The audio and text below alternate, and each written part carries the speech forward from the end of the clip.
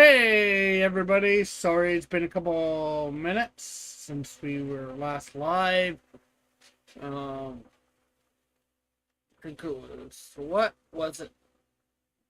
Thursday, last Thursday. So it came. Um, well, Saturday I was at a pool party. Well, so I couldn't, I was, I wouldn't have been able to do this and go to the pool party because, well, I could have done this for like an hour, but I would have had to shut down early. Probably earlier than what I would intend. But anyways, and then I've been dealing with cold the last few days.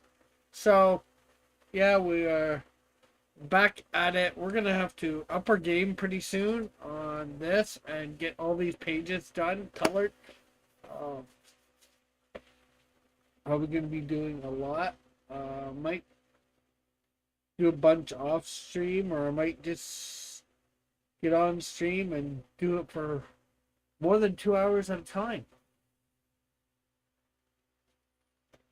Who knows, right? Uh,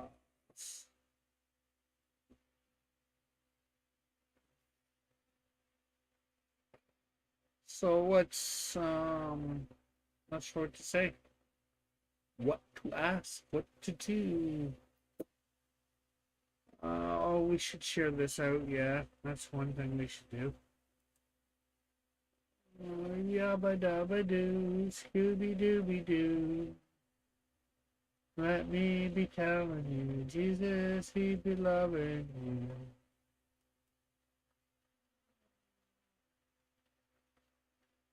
Go live.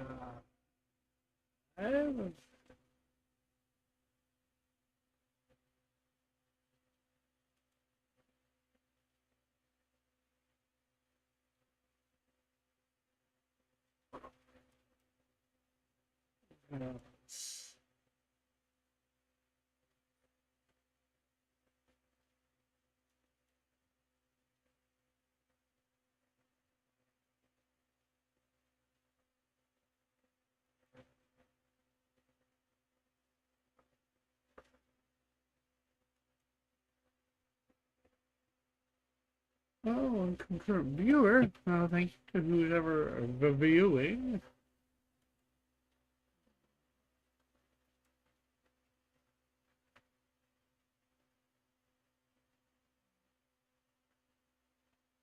Okay, so there we have it shared out. Let's put OBS. That way we can see the chat. So I think we are done panel 3. Now it's panel 4.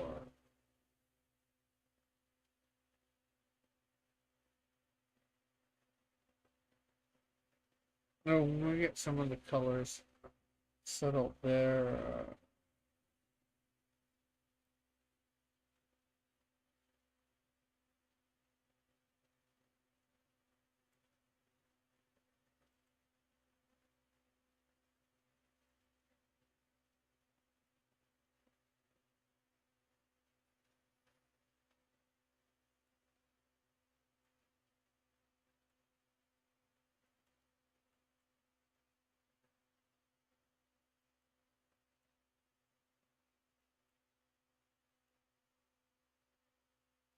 Okay, let's.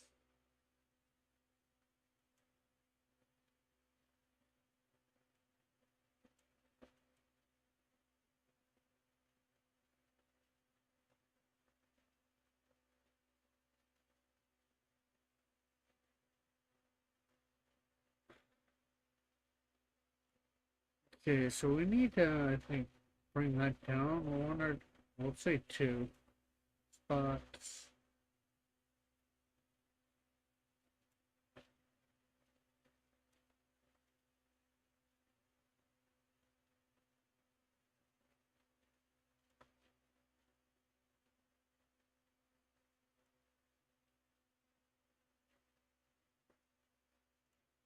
Okay, I think that looks good. Okay, so, um, yeah, I'd say we were done that. Let's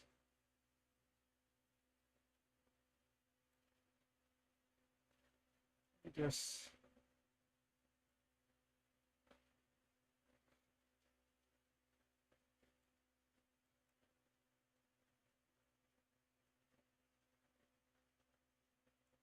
got a few too many colors there for Canadian Shield.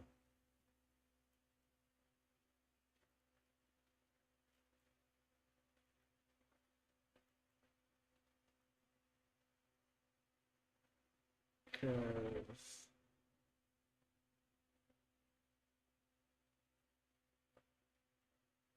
that face looks just weird for him.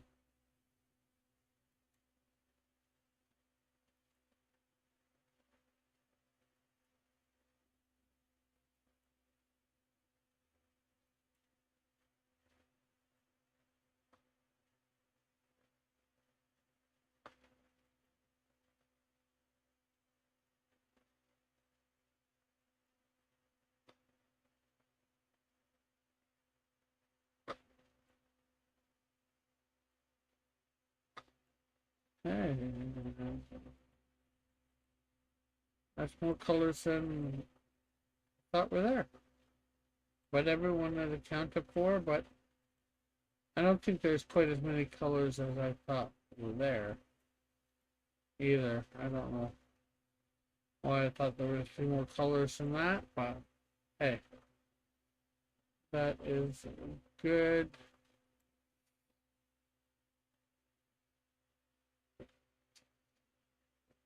Hey Joshua, how are you? Can everybody hear me? They should be able to.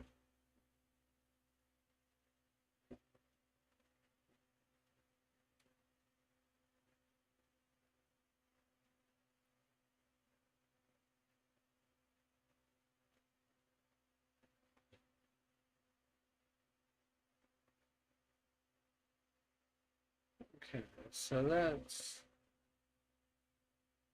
see, the brown and the white is all right there.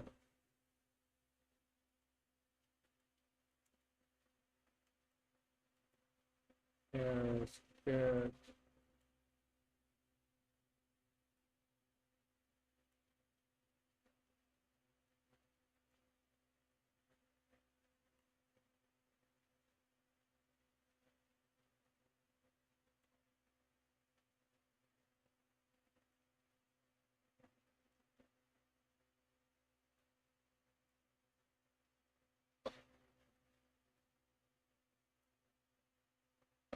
How are you today, Joshua?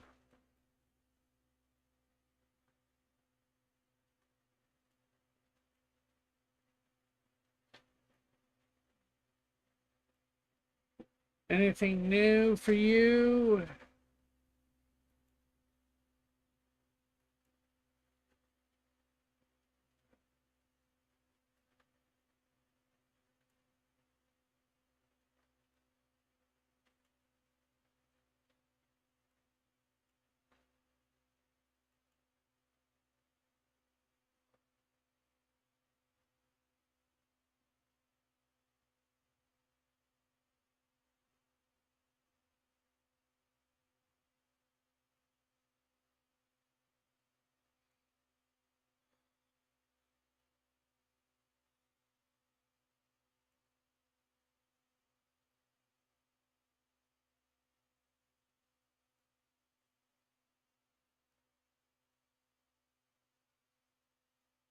Okay, so there is one thing here that should be drawn in.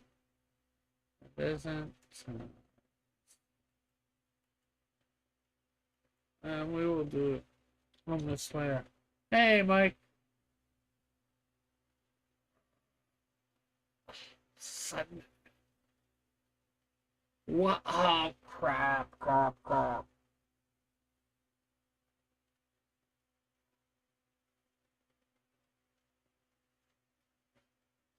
I was thinking. I'm not sure. I've got a show to be on. I'm thinking it. Unfortunately, is at 8 to promote. But I was thinking at first it was going to be at 10. But when he told me the time this week, crap. Oh, I might not be able to this Sunday, Mike. And as for him, okay, probably just you're wondering because I haven't been on for the last couple days. As I was saying at the beginning of the show, when probably nobody was here. Uh, Saturday I went to a pool party, so wasn't able to do this before going. Monday and Tuesday I was just sick, so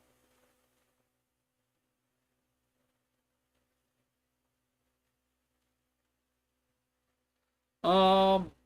But I think I'm only supposed to be on that show for an hour or so. I'll be able to. If I'm not there for all of it, I'll be there. Able to be there for some of it. No, I didn't have to get naked. I wore my bathing suit there.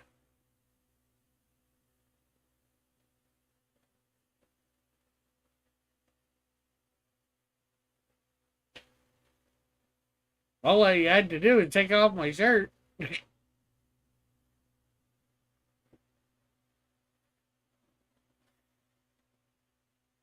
No, just a pair of shorts, really. I used to wear a Speedo a lot for swimming, but then I got big.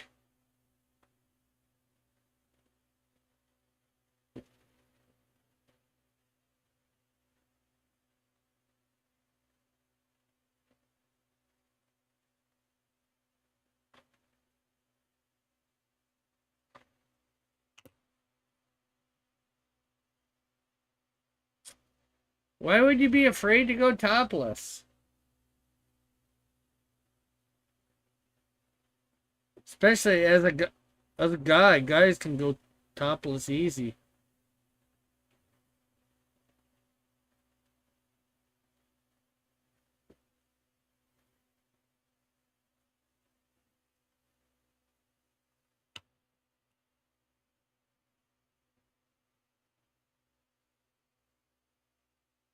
I hide things. I'm not sure what you mean by that. I'm not sure whether I want to know.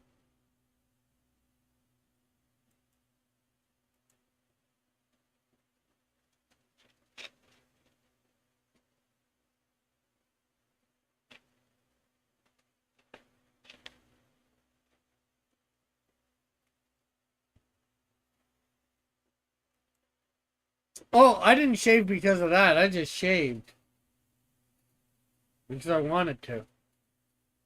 Felt it was about time to.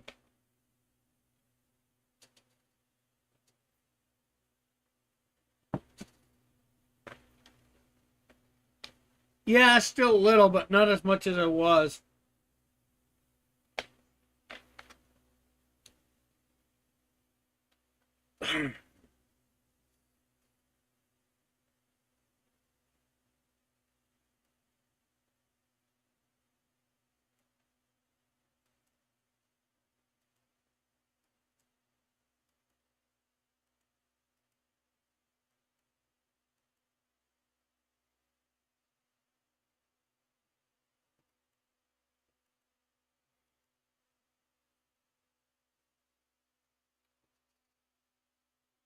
Hey, Fitzjozo.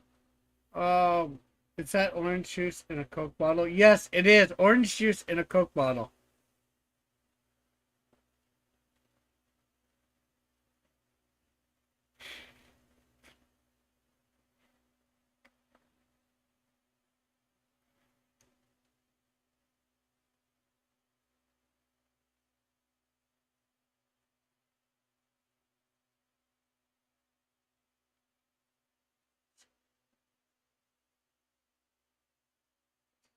Yeah, he was asking me about last week, and I was like, I can't do last week because I had the pool party. And then, like, how about next week? Don't you have any cups? It's only me drinking it.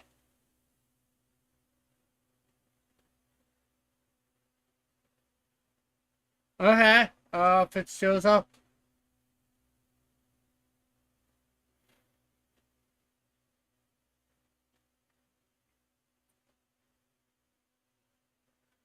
Well, when I first said it, I thought, like, okay, usually I'm with you from about 8 to 10. If I had to dip out early, you wouldn't mind that. And when he got to me, he's saying that we're doing it at 5 Pacific. So it's like, I just when you came on and said something, realized, crap. And yes, I do own cups. I've got a couple. I don't usually use them because stuff in the fridge, and unfortunately, um, I only have one shelf on the in the fridge, and well, it wouldn't hold a standing up jug, so I make stuff in this, and I shove the Coke bottle in that way. Wouldn't it be harder to pour the orange juice into the bottle? I use a funnel. I've got several funnels. It's Plunge Cast. Plunge Cast.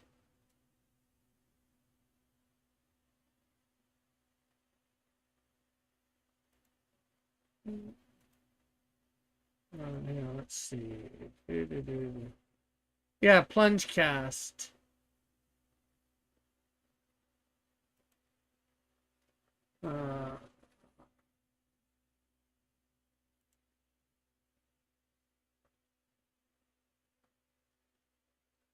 Okay, it says July 26th at 9 p.m. It's set for.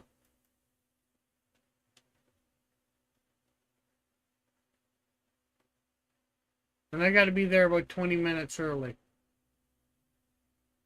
Here, I'll put a link to the. Yeah, Tim put me in touch with them.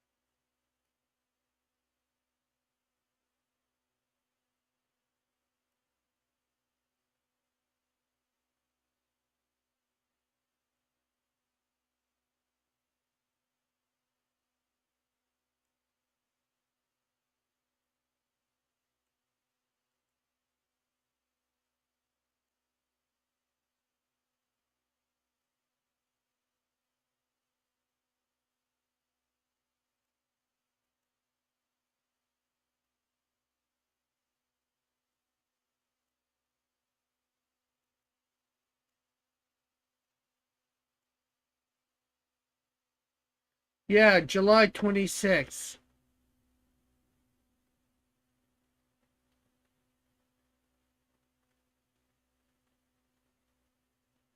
And July 26th is this. Or is that Saturday? Oh, no, that's Saturday. You're on the 27th. Duh.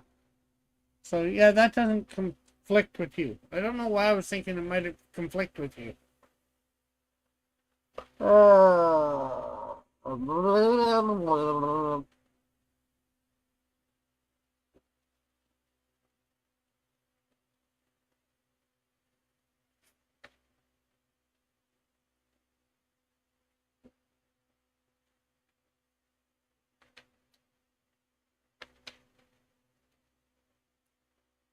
So we got no problems. Well, we got problems. Just me coming on your show and being there the whole time is not a problem.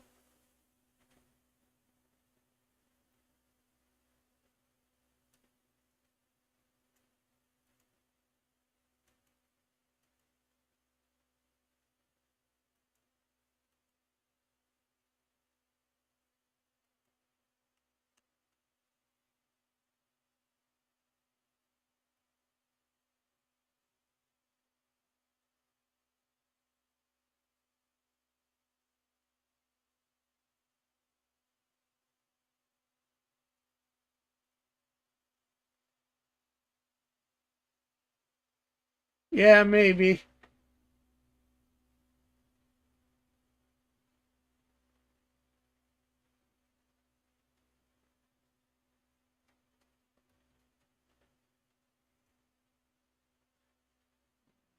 Nice getting that straightened out. Yes.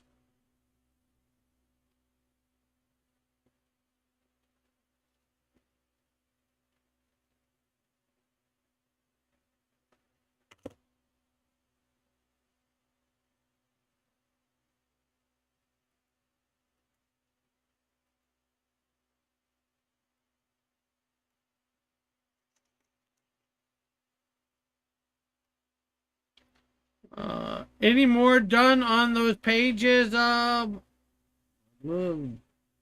Alpha Proto?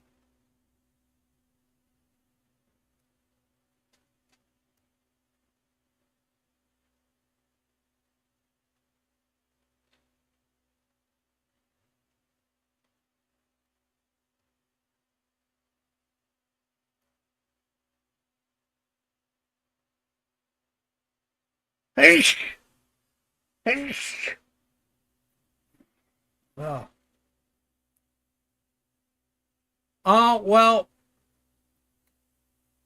I would like it done, say, by the beginning of September.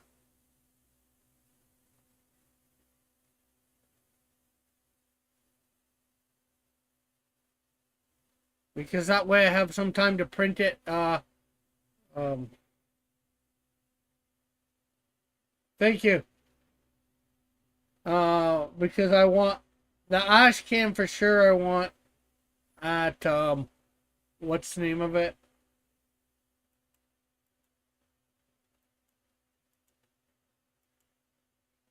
Comic Con. Yeah, I get it. Being busy with job.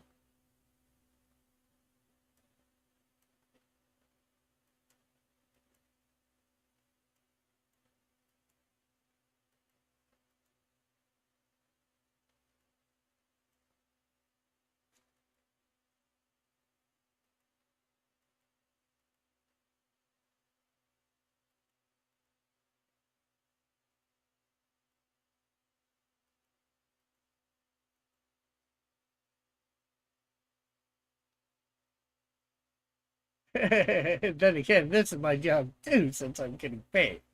Yeah, and the thing is, the sooner you're done, the sooner you get paid too.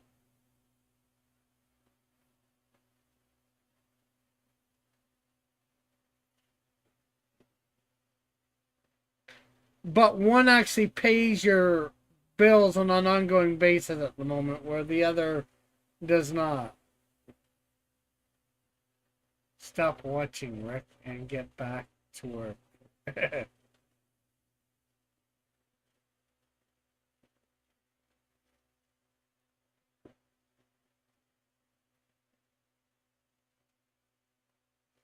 And for all those that don't remember, tomorrow's um, silhouette show is characters, comic book characters that first appeared in 1973.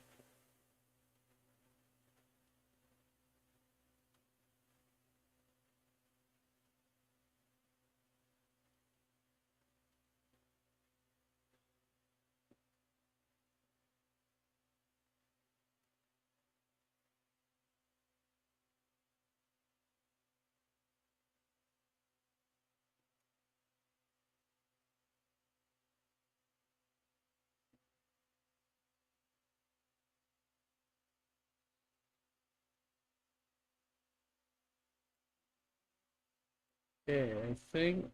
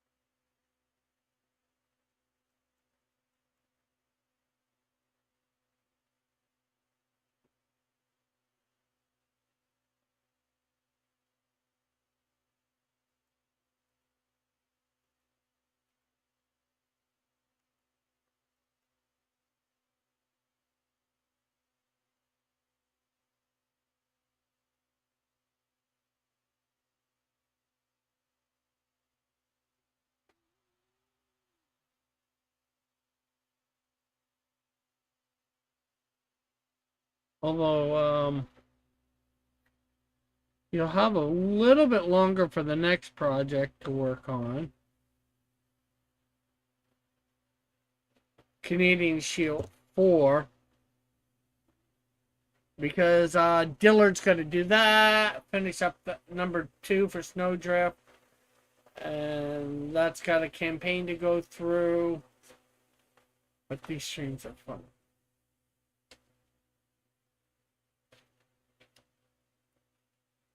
But can you watch, listen, and work?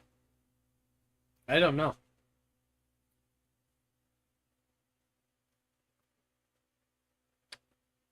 It might be hard to type or chat. Put stuff in the chat, that's for sure. And then after Snowdrift 2, there's the Flame number 1 with Flyfox Pro. And then there's the campaign for that. But hopefully those are... Hopefully both... I'm hoping both those campaigns are done by June of next year. Maybe sooner. I would like to probably start be doing a campaign for Canadian Shield 3 by June of next year. Or 4. I'm doing a campaign for Canadian Shield 3 right now. Although I might end up putting this one on Kickstarter as well. After it's done on Indiegogo. See whether it gets anything over there. Although I'm not getting the response that I was expecting on it, Fund My Comic. I was expecting to do better than I do on Indiegogo, and I'm not really doing any better.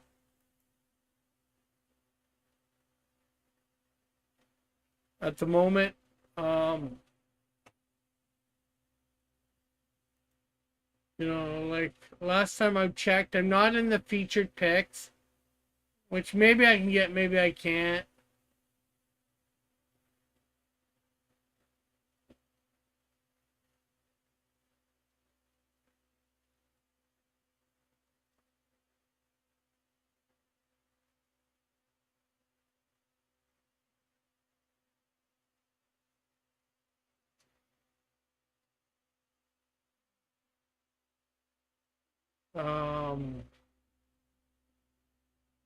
And then even when you get to the recently put up, you have to click it once to discover more to find me. And this one that's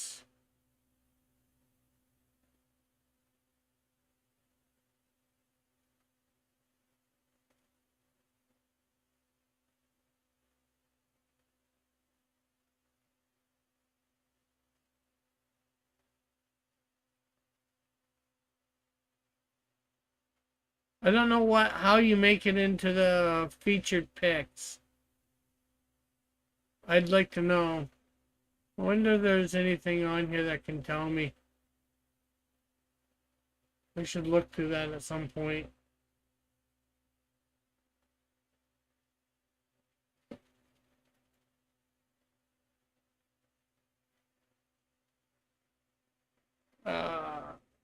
Do I have to buy Canadian Shield 3 or can I win it with the Silhouette game points? Well, not this set because Canadian Shield 3 is not done up and printed. By the time we end this, it's not going to be done and printed and sent off to people. So if you want it sooner rather than later,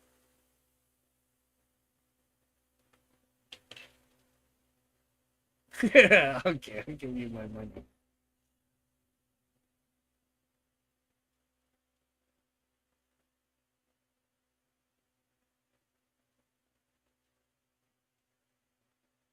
I'm trying to get all.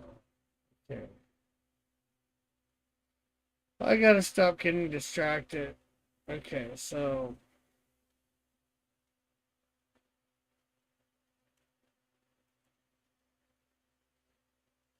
make sure, yeah.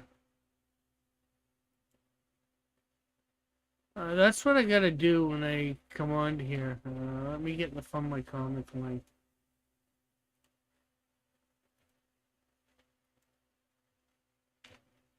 But I know I shouldn't be complaining, but I'm doing no better on Fun My Comic than I did on Indiegogo. I thought I'd do better, and maybe I still will. You know, like I've still got like 51 days, but it's not like they're making my thing seen. They're not shadow banning me. You know, you can go on there and look through and find me, but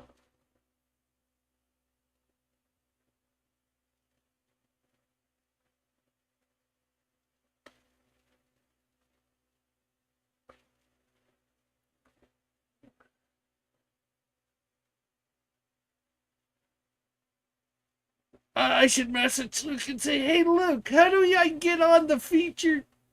Yeah, yeah, I think I have one on. Do it, Luke's. Oh.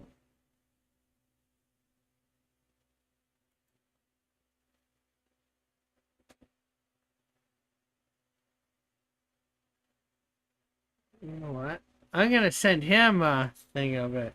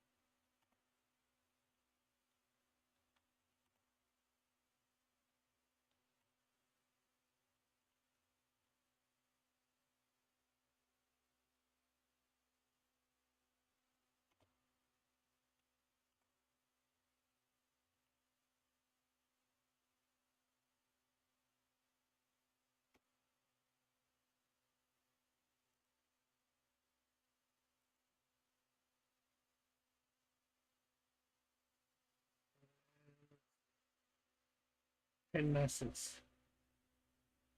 No, I'm not sure whether you meant right now or today or whenever.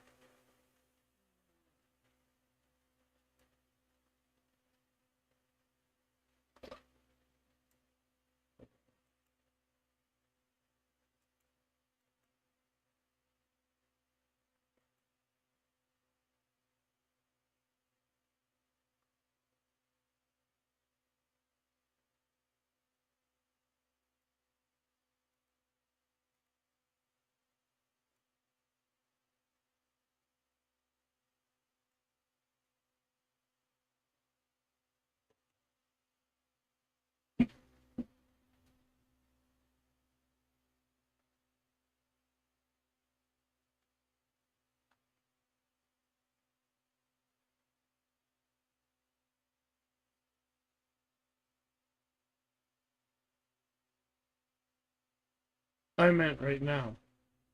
I just did pin it right now.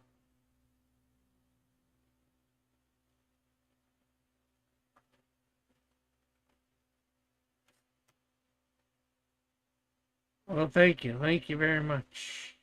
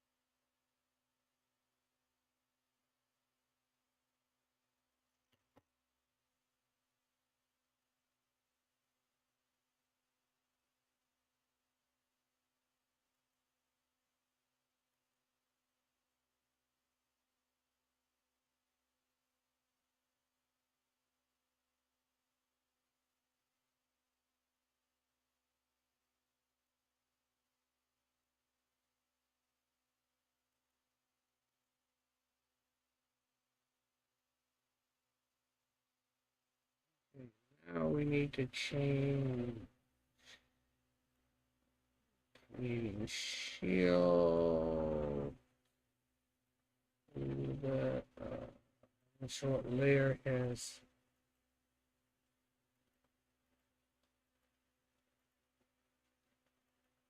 Yes, skin right there. Do do do do do.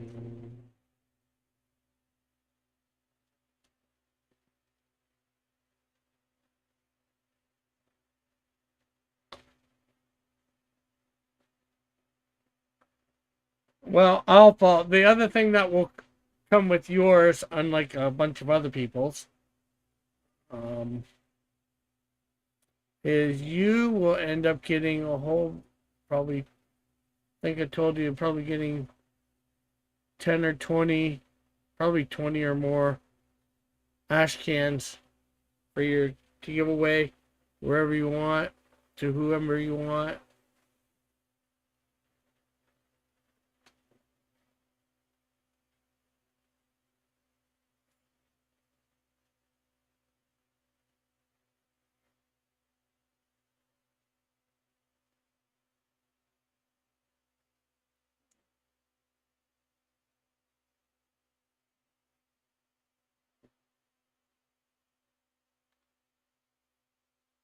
Did you hit the link? The link should take you right to my campaign. I'm not sure whether after that is the complicated part for you or whatever.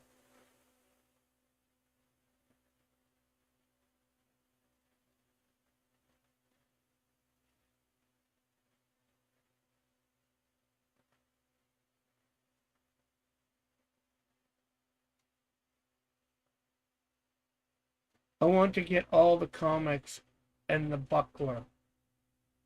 Oh, the buckler you can't get from me.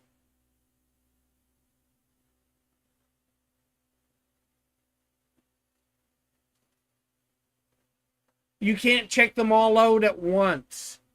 Well, with me, you do the triple play,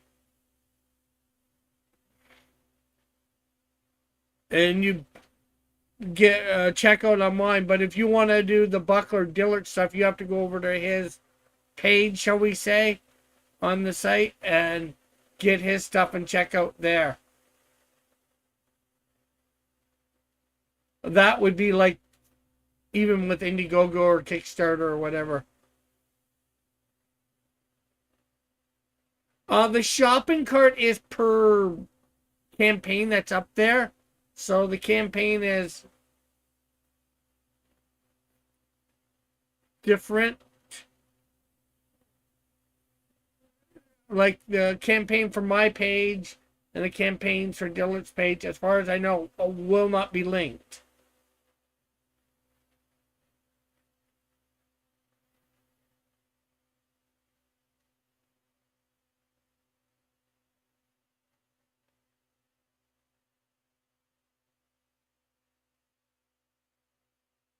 You can't find the site shopping cart. Okay, give me a sec here. Window. Uh,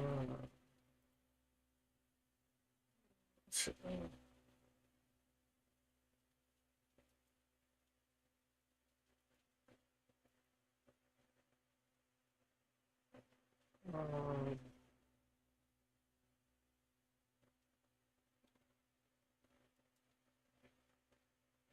uh, will be it. Something.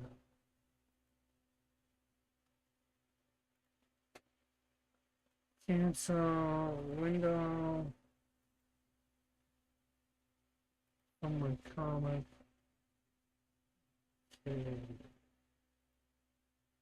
Okay, so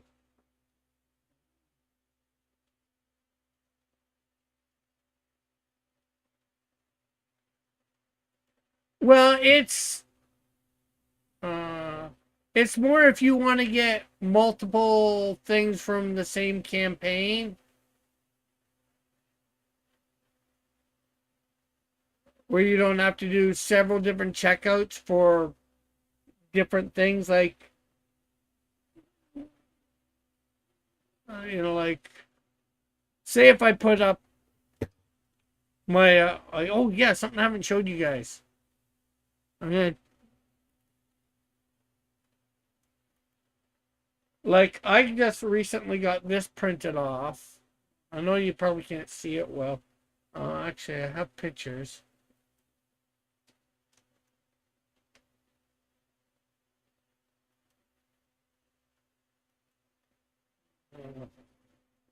I just don't know where I put them.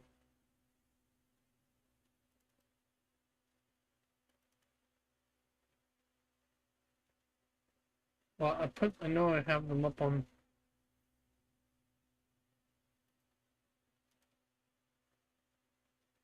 profile.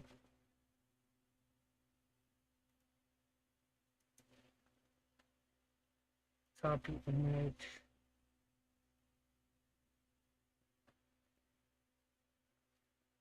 So I got this printed up recently. I just want to, it's from the 3D image that I got made. I want to pose it and then I want to be able to print it. And if I can do that, I want to be able to put it up on my thing for people to buy a size, and I would paint it or do probably two, one paint it, one non-paint it. But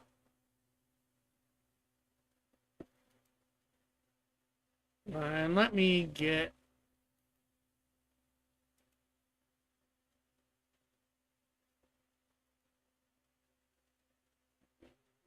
pop.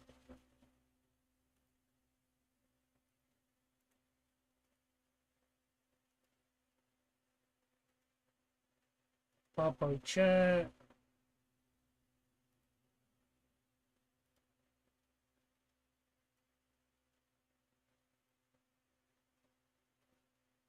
What do you mean it's a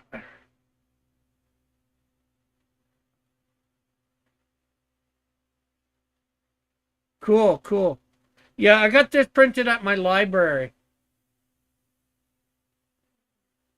Okay, so on my comic.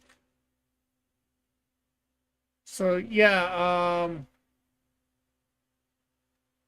like if you choose a reward, right? Okay, we'll say I'll choose this one. I choose it, right?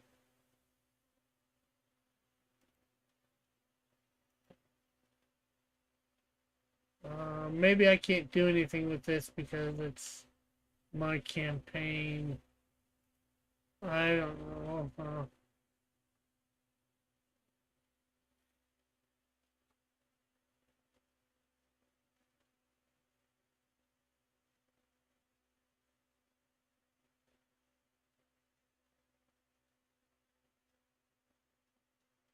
Here's one if I accidentally.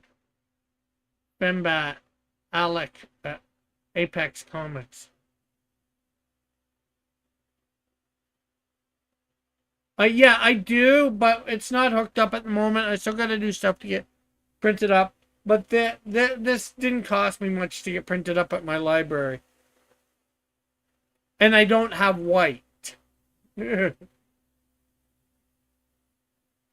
So let's see.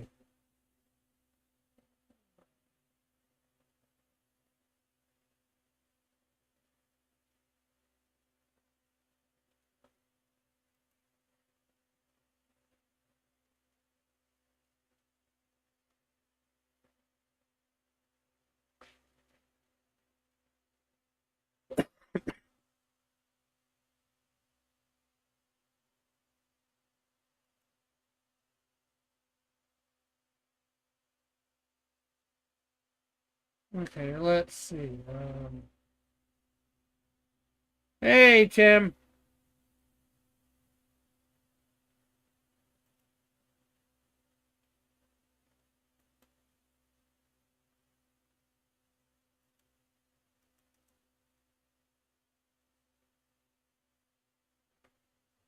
Okay.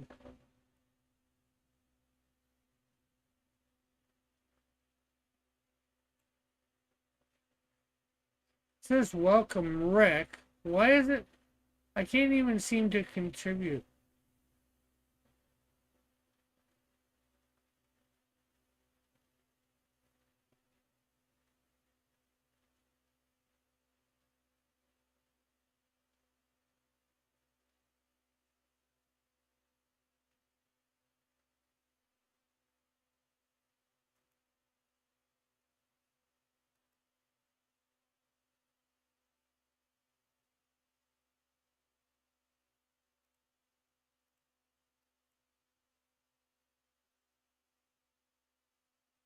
Okay, give me a sec. I'm gonna take that off that. Oh, you're not even guys seeing what I'm doing anyway, so that's good. Um, because I'm trying to. Okay, I just checked out. Oh, that's good.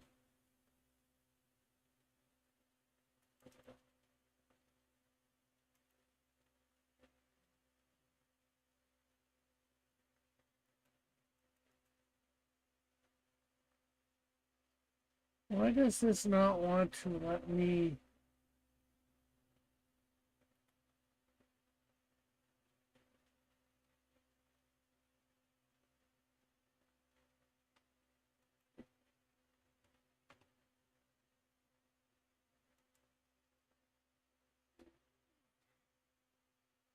Okay, so,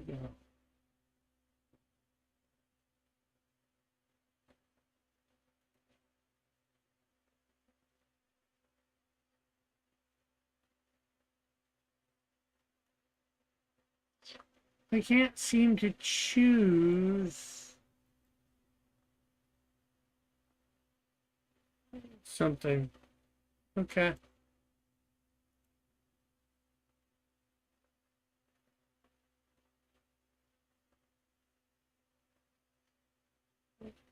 I take it you got the triple play.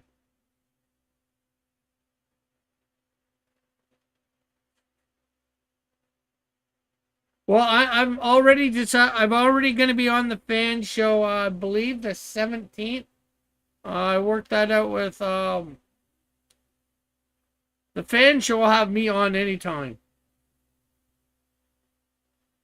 Well, I didn't contact them before or anything. That's my fault. They probably have things already set up for certain dates.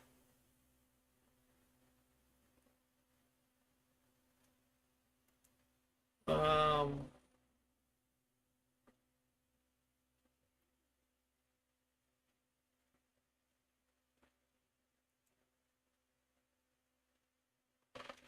uh,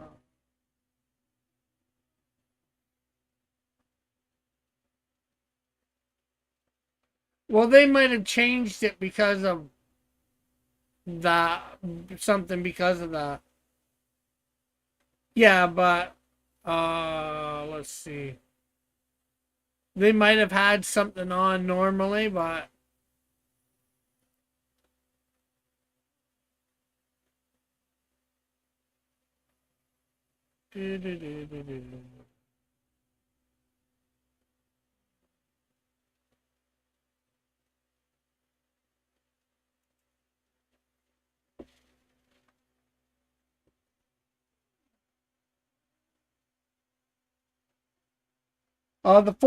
the 14th of August.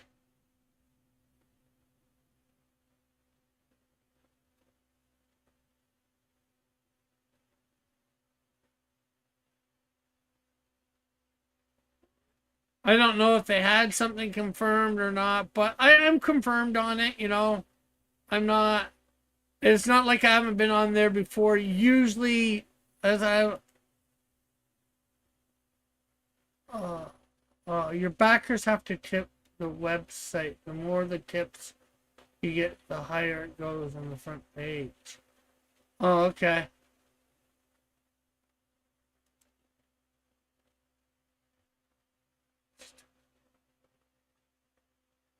Probably about a month.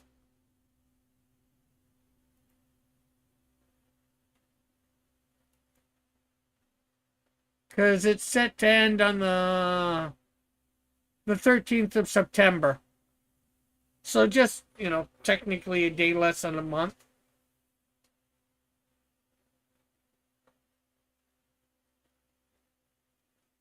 And I just found out to get yourself on the featured pick list, people have to tip the site.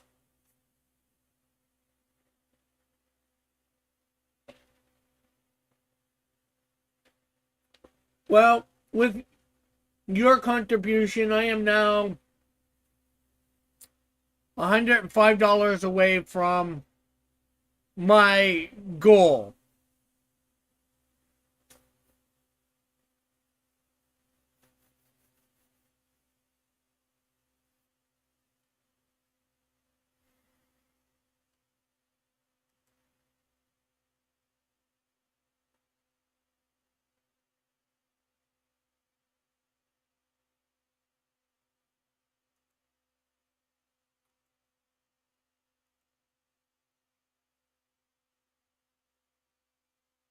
Yeah, 79%.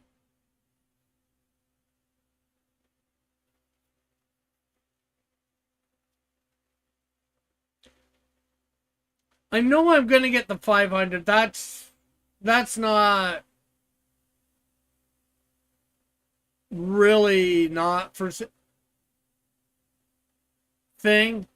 Um, I'll probably get closer to a grand, I believe.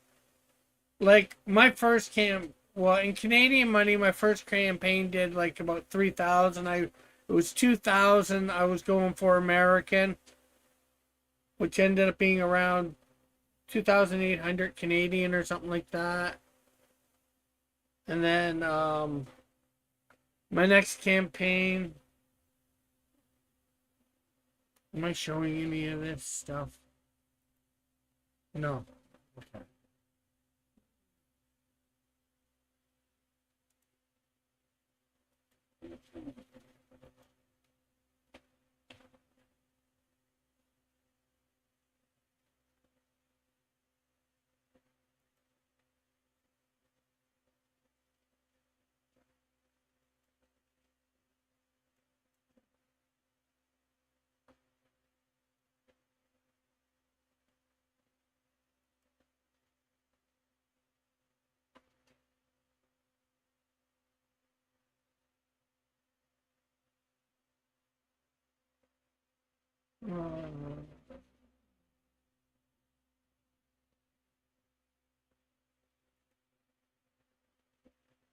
Uh, well, it says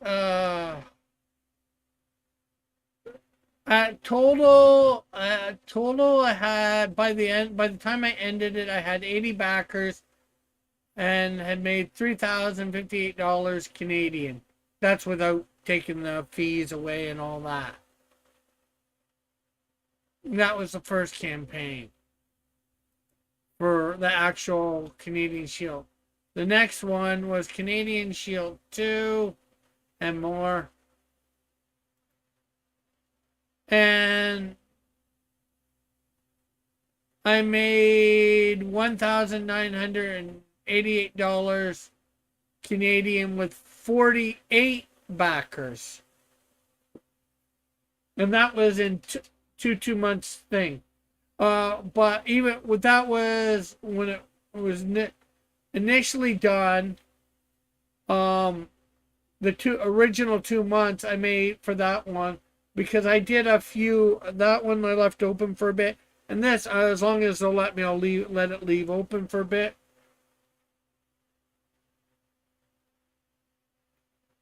Well, you got to remember the various costs in printing, shipping, also artists, paying them, paying the various people that need to be paid. Anyways, my for the 48 or for the 60-day campaign that I did there, because 48 back in the 60-day part of it, I had 37 backers and I made $1,739. So in the time I left it open, I made another 200 bucks and had another 11 backers.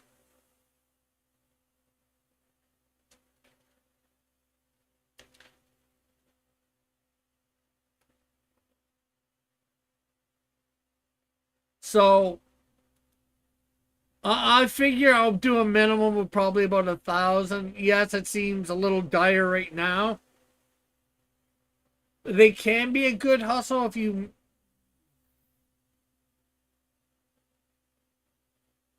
make it big for sure. Um,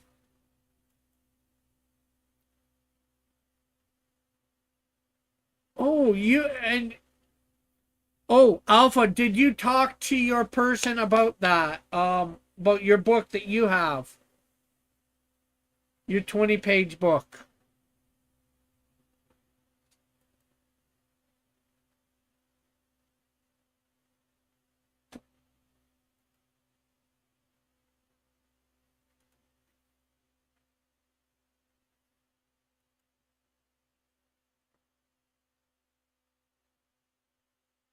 Because if you remember, I was saying possibly maybe putting you up on the campaign and we could print off, get a few of those printed off for you, sent out under whatever label you two want to have for it.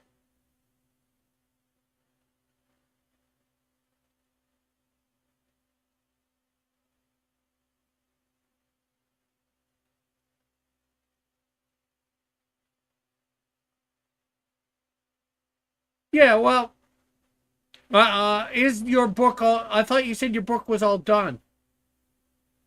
So all it would be more really is just get me the files.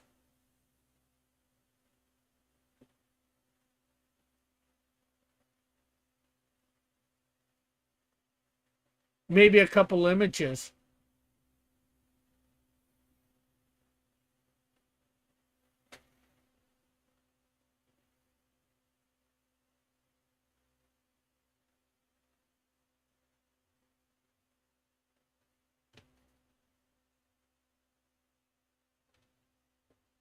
And that's fairly easy. Inside cover, you can put credits on.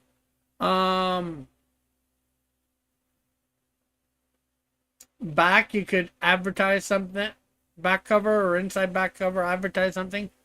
Well, if you wouldn't mind, I'd put an advertisement in it for, doing what I'm doing. And I'm not sure what else. An ad on the back for you and your thing. Writers, if you need wants work for writing, something about that. I'm not sure.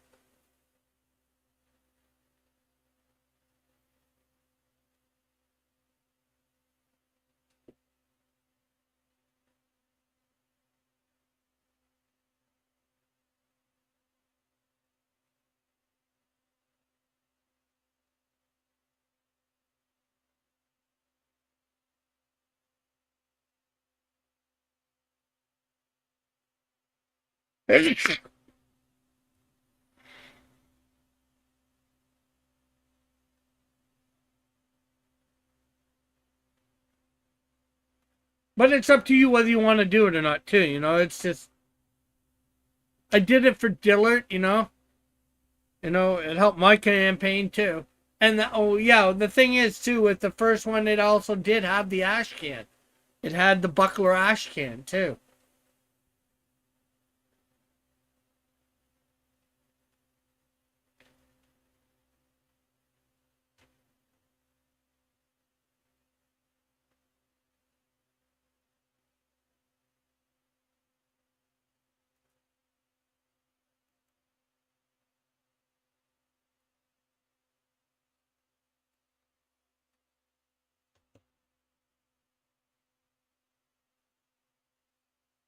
Well, you know what? The thing is, you guys can publish it on Comixology, and have them do it too, for sure. I wouldn't say no to that. They don't care, as far as I know. Comixology won't care that you've actually printed some through a campaign and sold some. You know, this is just another way of getting it out there. I should actually be putting my stuff on Comixology too.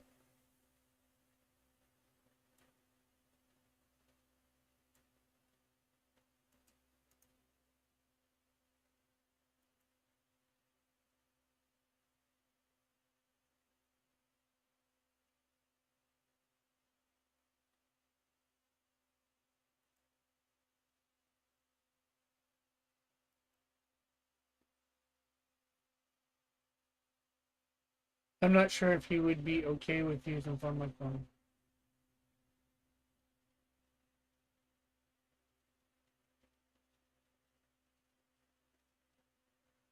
Uh, he may think.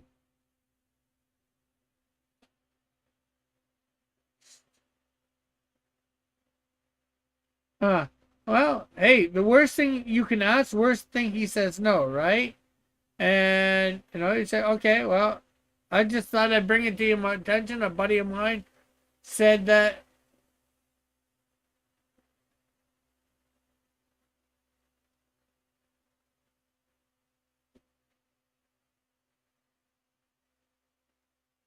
he'd be willing to do this on his campaign. And, like, I'm thinking of, after this campaign is done, I'm thinking of going over to Kickstarter too. So maybe if he does not up for Fund My Comic, maybe he'll be up for putting it on Kickstarter. If it does something, it does something. If not,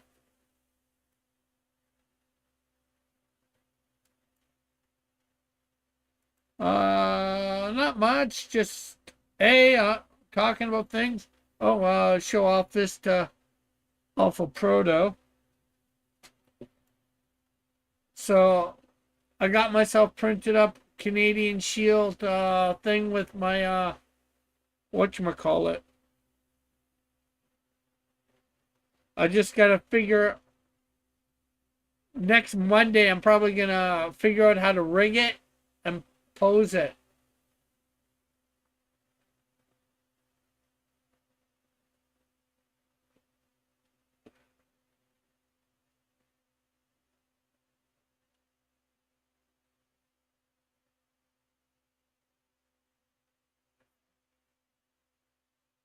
I think he would like the idea of. Yeah, I'd handle all that, Either site, like you can like I said, you can ask him. Worst thing he says no. And you just say, well, my buddy's also planning to do it over on Kickstarter, after his campaign on Fund My Comic. Would you care if he put it up on there with it? Hero shots. He looks too white. Yeah, well, I've got to paint him. I just wanted to show him before I painted him. I got to put the red on there. I got myself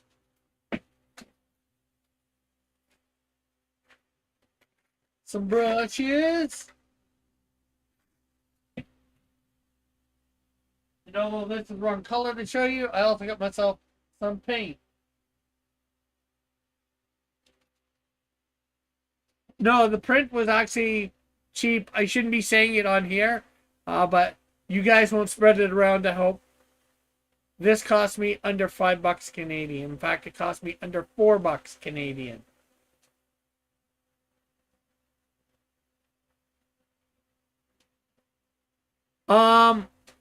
Yeah, but the numbers might be limited.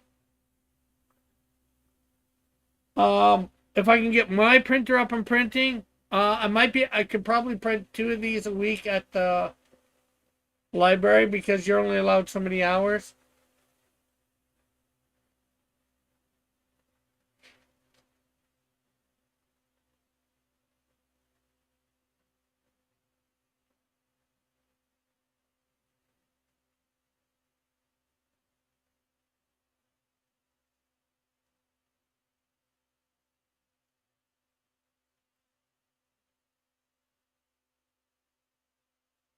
Yeah, if I can get my printer up and running, it'd probably be just as cheap.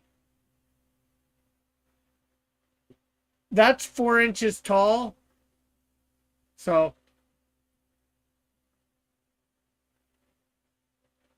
I probably would go a little bit longer than 10 because it is going to take some detailing work to paint.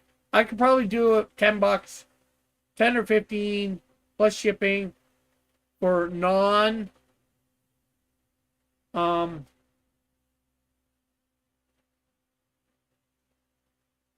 non-painted ones. But if I do painted ones, maybe a little bit more.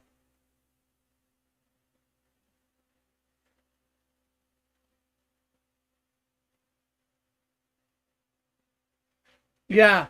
Well, like I said, I gotta get the image. I gotta take the thing into Blender, the 3D model, figure out how to rig it, which I don't think is gonna be too hard, and then figure out how to move it, pose it.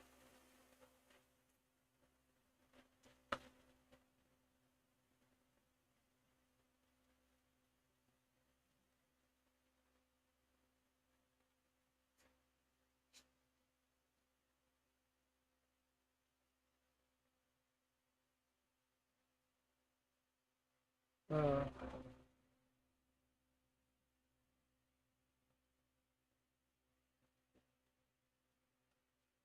and the great thing is, I figure out how to rig it and pose it.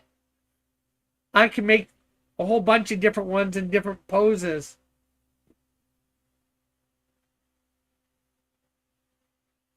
And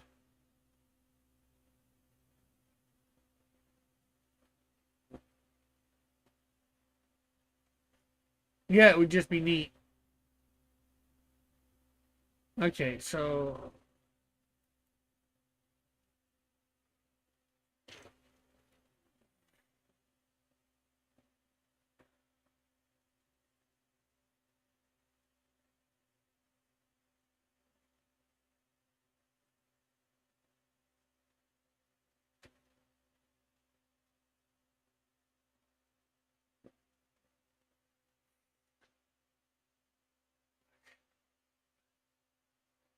I should work, but I'm hungry.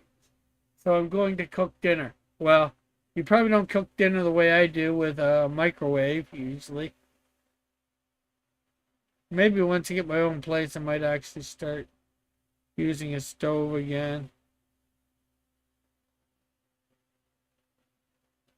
But I go put something in the microwave. I come look at the time, know how much longer I think I have it. Sometimes I forget, get involved in what I'm doing and I forget about the microwave.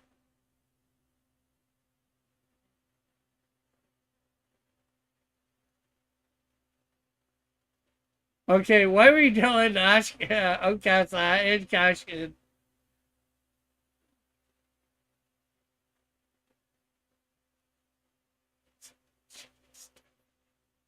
That sounds good.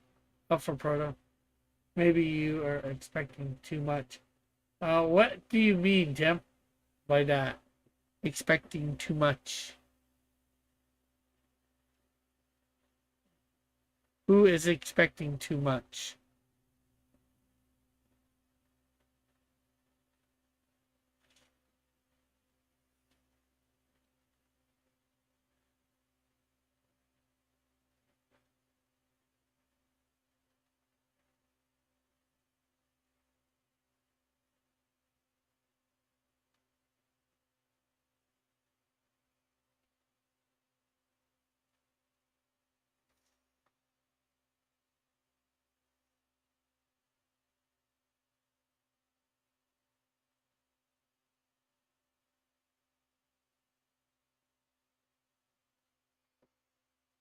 And this would be great to make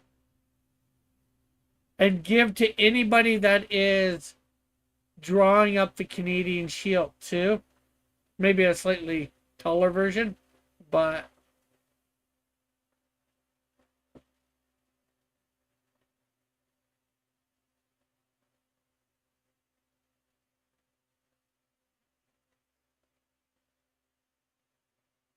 okay. Are you talking to me about doing what Chris and Diana do? And if so, what do you even mean by that?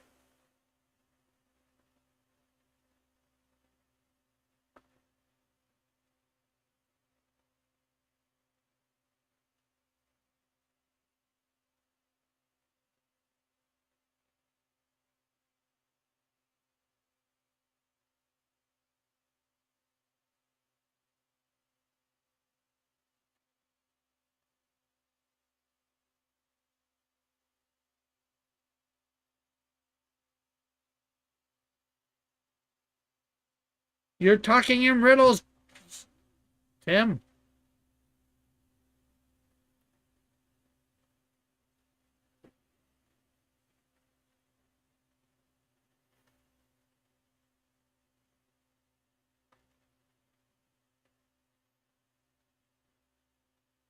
Should we call you Tim the Riddler?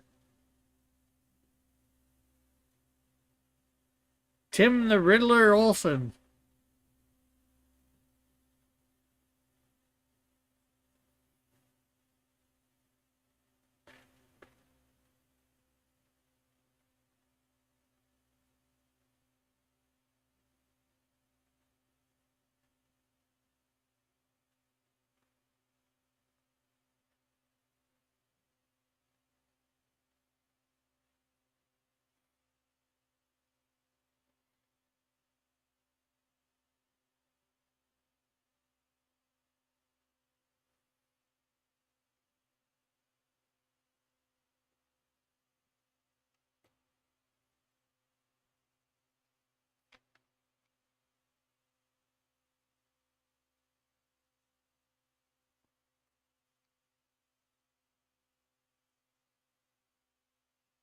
Have RJ publish you. Then you can go all year long. Yeah, I was thinking of talking to RJ again. I've got 4 books. I could do each one individually. I just have to change an ad or two. I know he was talking about them all in one, but I'd rather them separate at this point.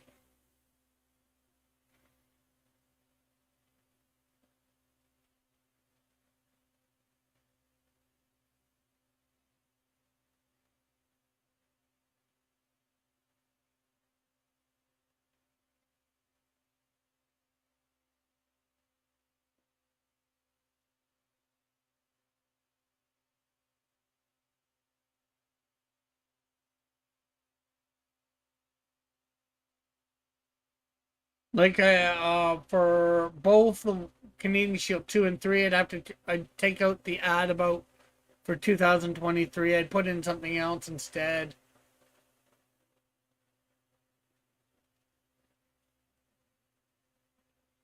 Something a little bit more generic.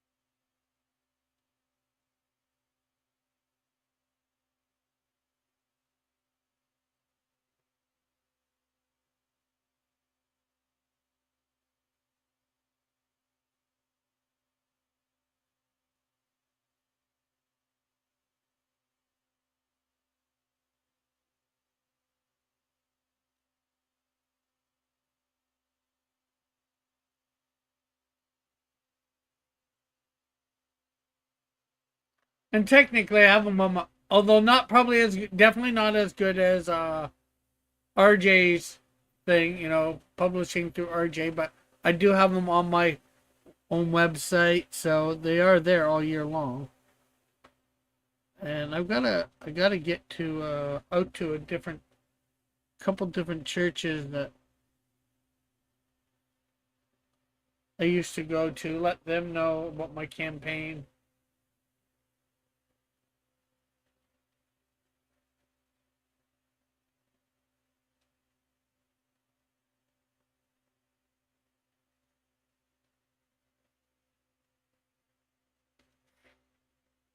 I know there might be a couple people there that would.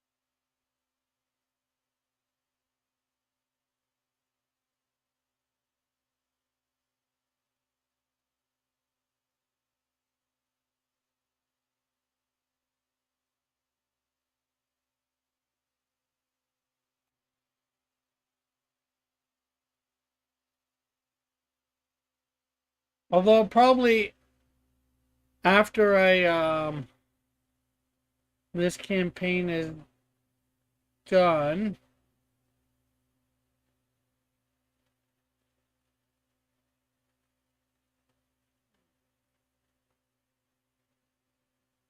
and fulfilled, I'm probably gonna make Canadian Shield 1 digital available for free off my website.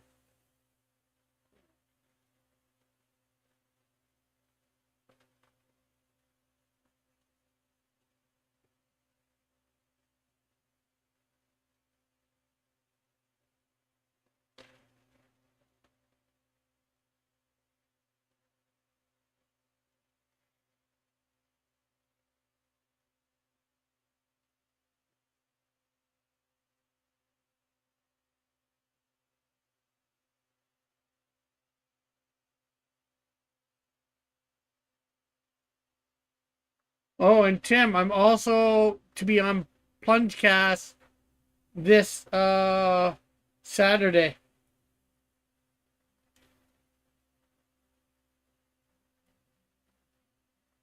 So thanks for that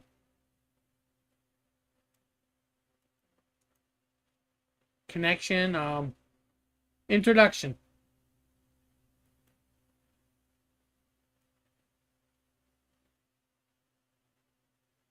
Oh, am I? Did I do all that on there? Yes, I did. What a dingbat. And then I gotta I hate myself.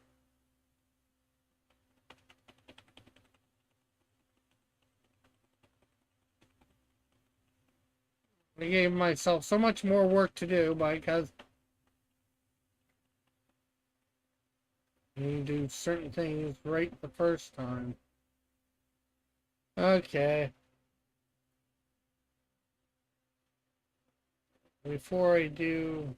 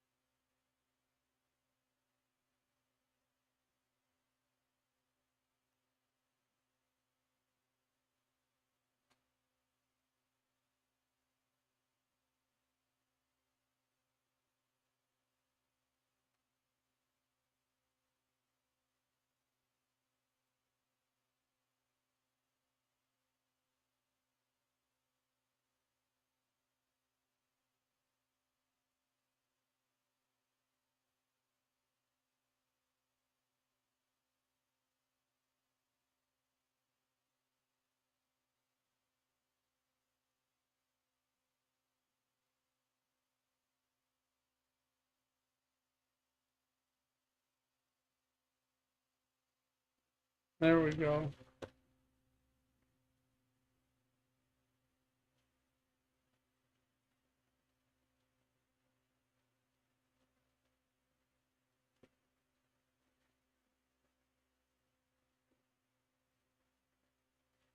Okay. So maybe, just maybe, we can get it right this time.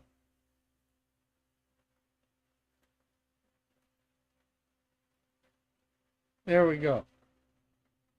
Here we go again. I might even be having t-shirts too.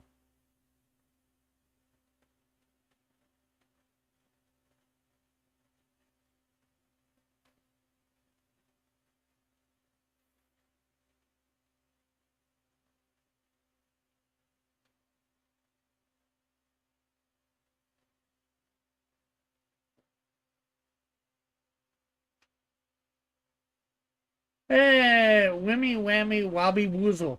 Hey, Flit, how are you?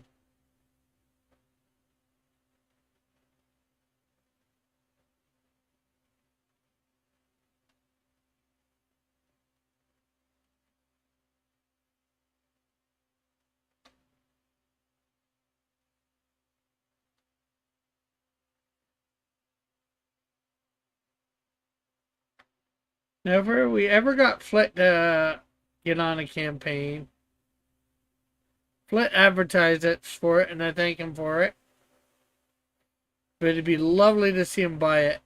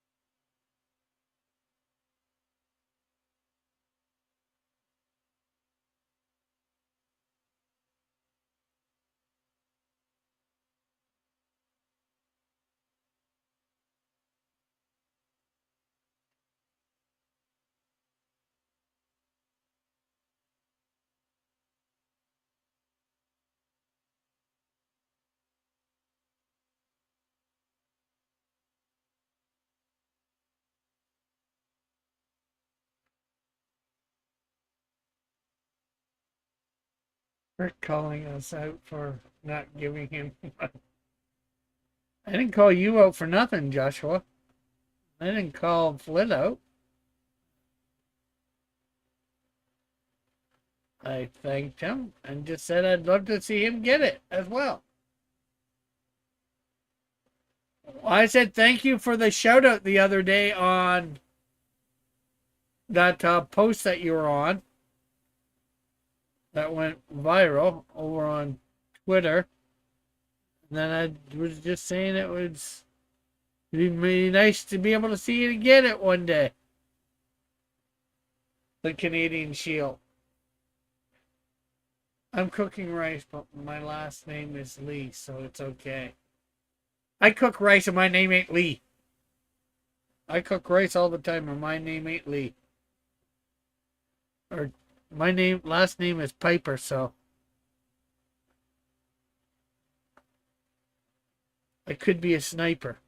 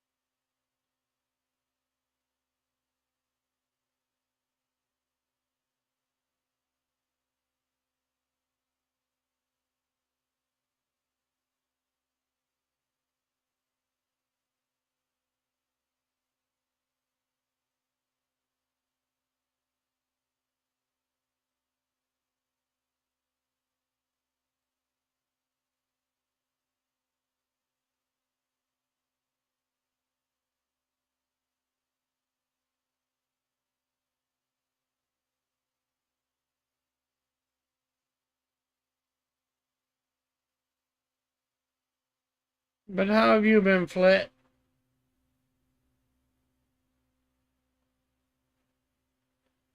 You seem to have been a bit more active over on Twitter lately, I think.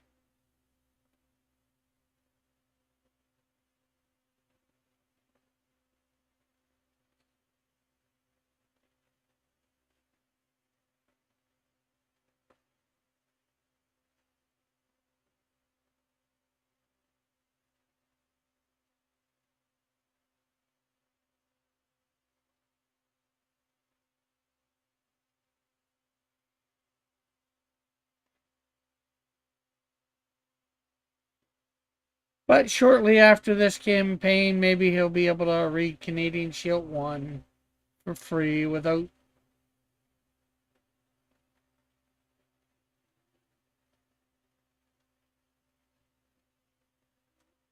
giving away any where he lives or wherever, whatever.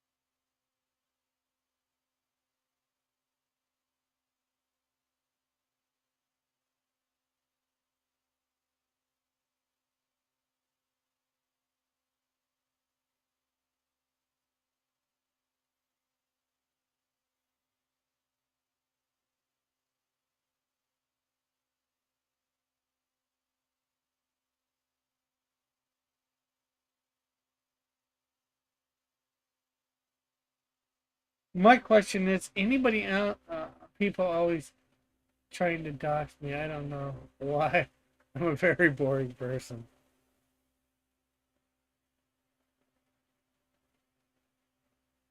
Well, I would never try to dox you.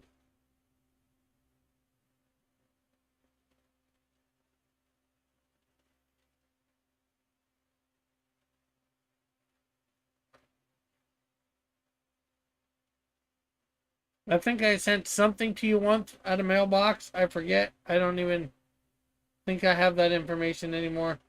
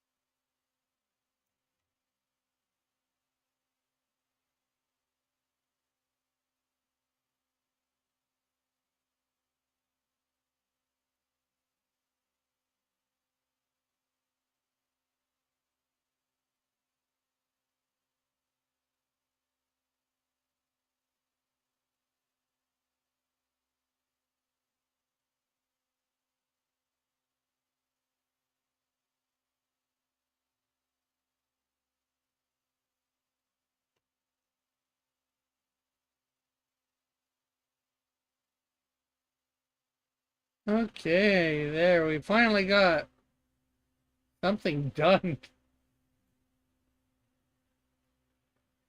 Half decently done.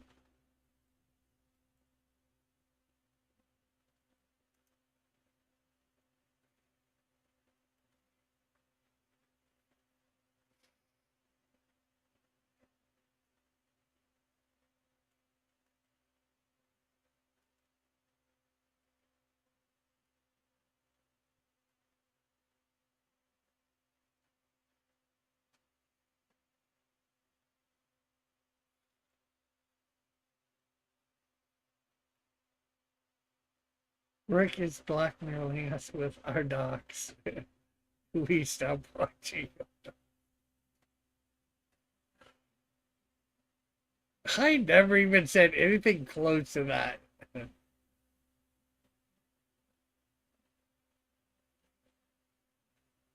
Joshua. Because I also know I sent you something and I forget where it was or whatever.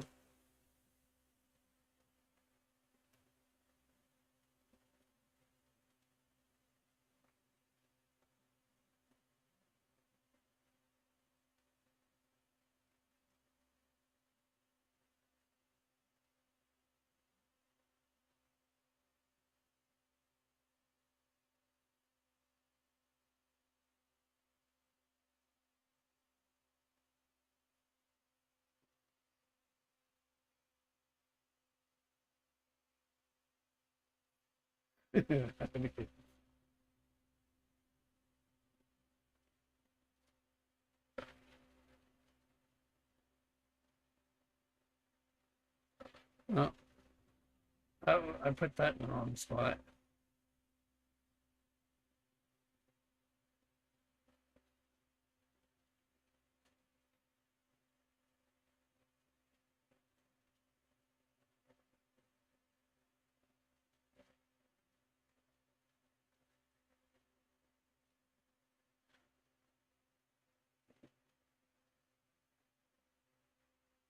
Cross it. If it's okay, can I color Canadian Shield number 4? Is it going to cost me anymore? Is my main question for that.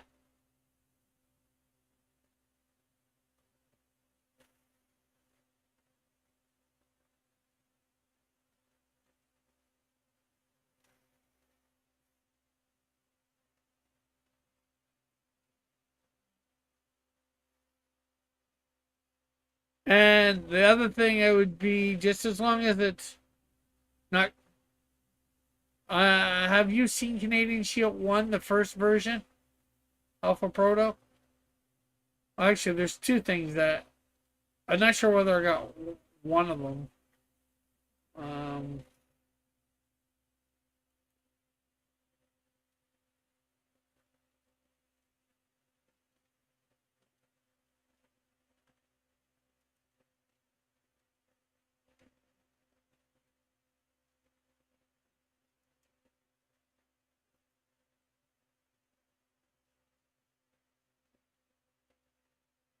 I'm not sure what the thinking part is, too.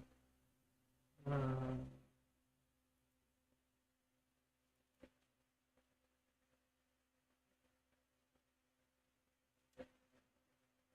uh, okay, I'm going to see whether I can find the original here.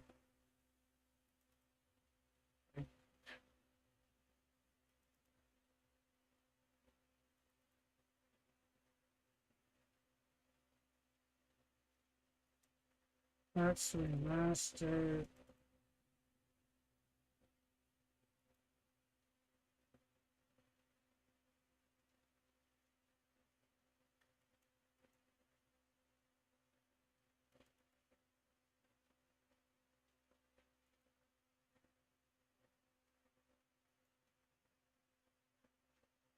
Oh, that says Canadian Shield 2.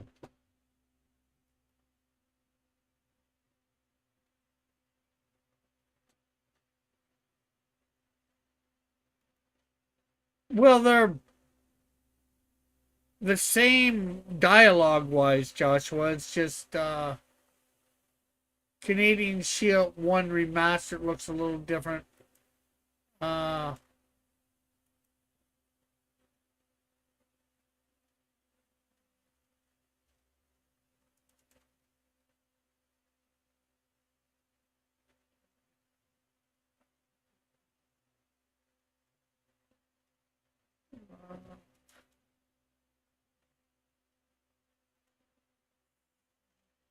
Not even sure I have the Pope Raven coloring anymore, unfortunately. I think I do somewhere, but well, I know where it is. probably get it. Uh,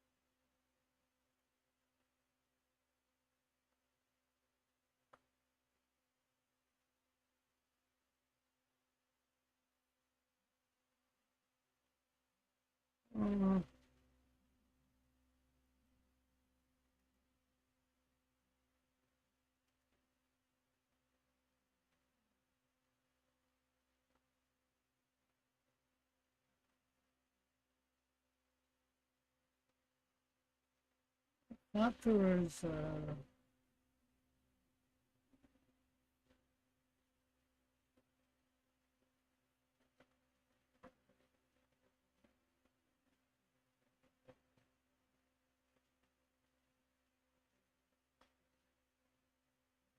these-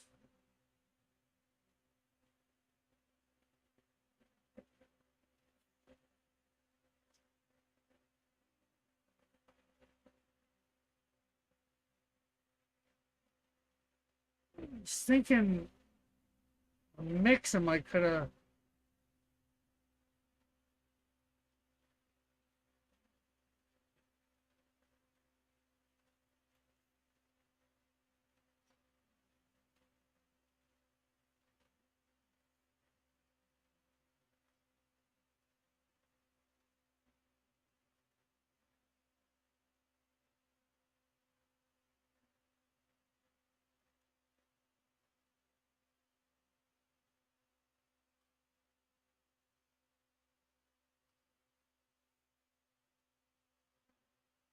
Maybe if I reorder, I thought there was a way that I could view.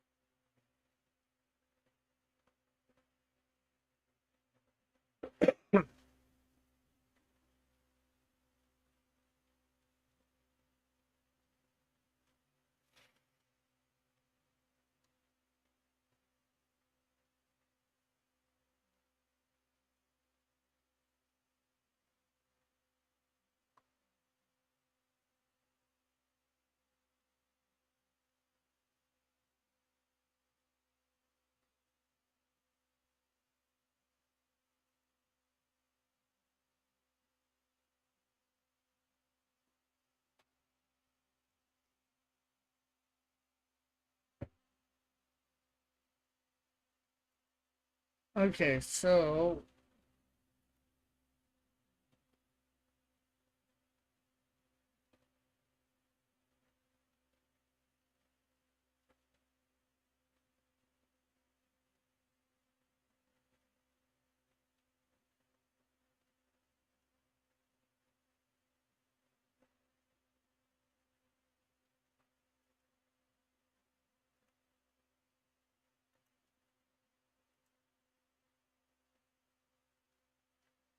and actually I have the buckler stuff on here too. The ash can.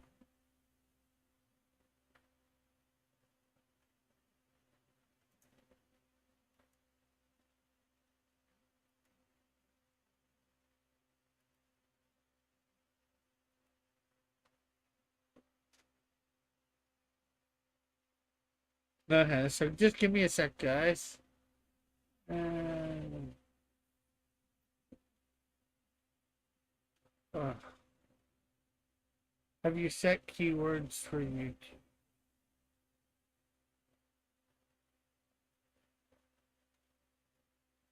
I think I did a long time ago.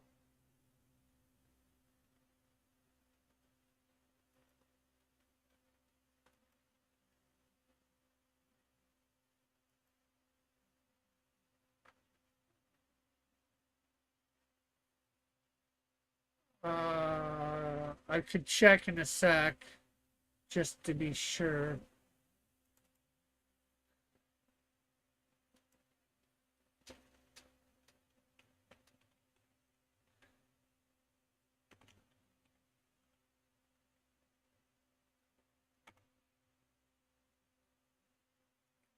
One.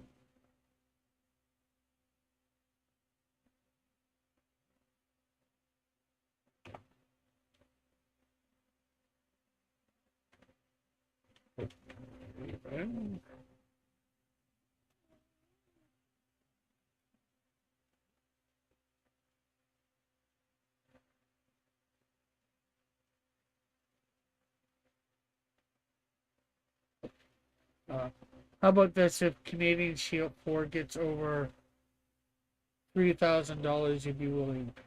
Yeah, for sure. That I could do that. Definitely.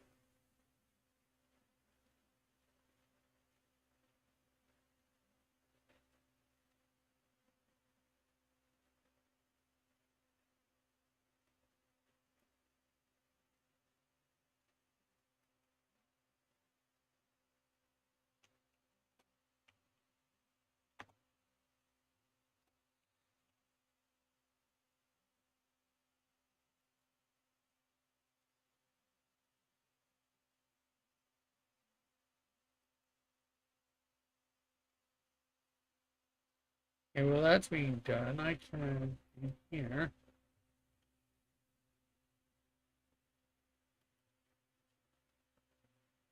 Okay.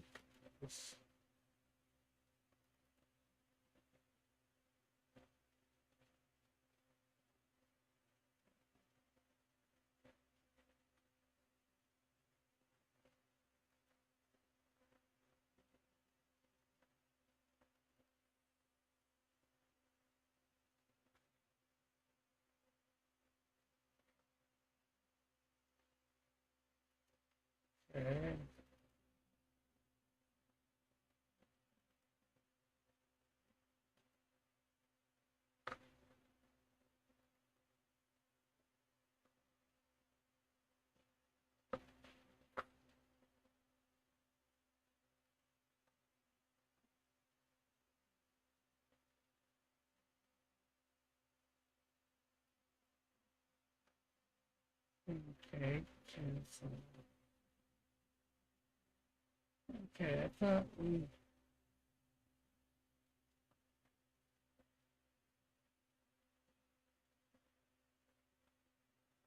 I thought it was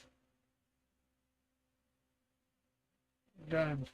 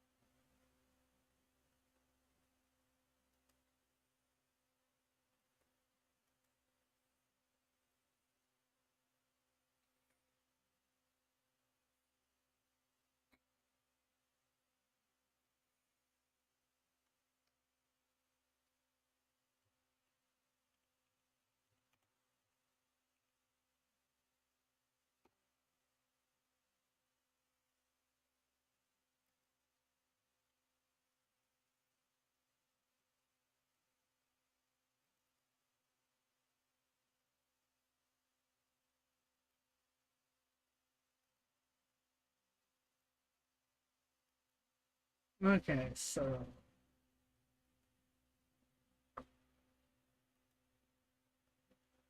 Oh,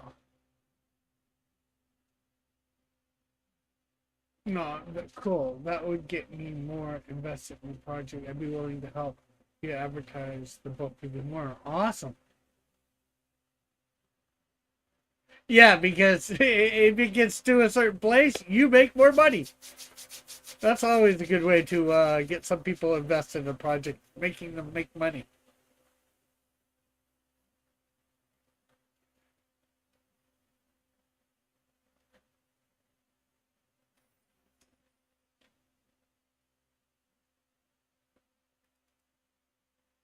So here is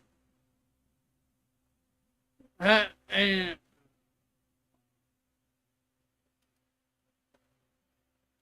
see.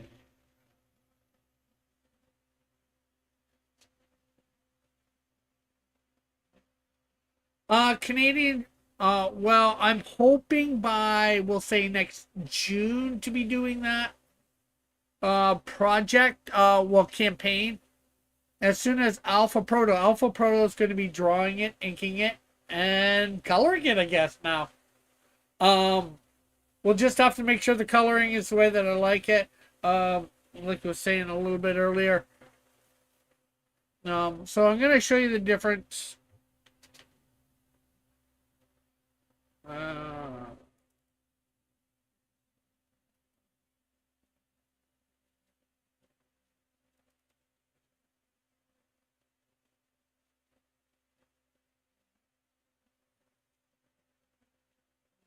uh, so, what I'm hoping by the end of this year to be launching Canadian Snowdrift 2 campaign, and then hoping shortly after that to be launching the Flame number 1. And then, as long depending where Alpha Proto is in the drawing up of Canadian Shield 4, launching that campaign shortly after the Flame number 1, hopefully. Which hopefully will be around June next year. I know that's about a year off, just under a year off. If things go faster than would like, it could be sooner. Things don't go as fast as like it could be later.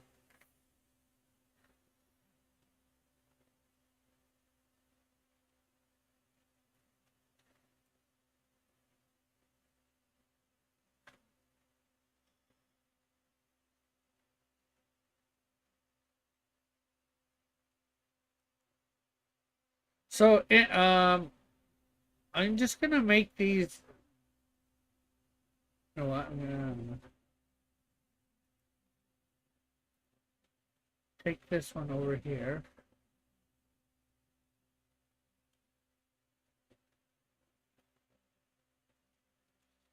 And we're going to size this up. And we're going to size this up.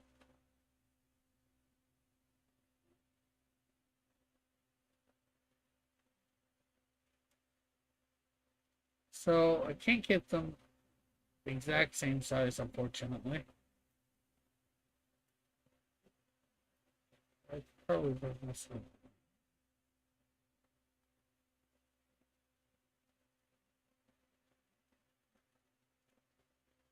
Okay, so um,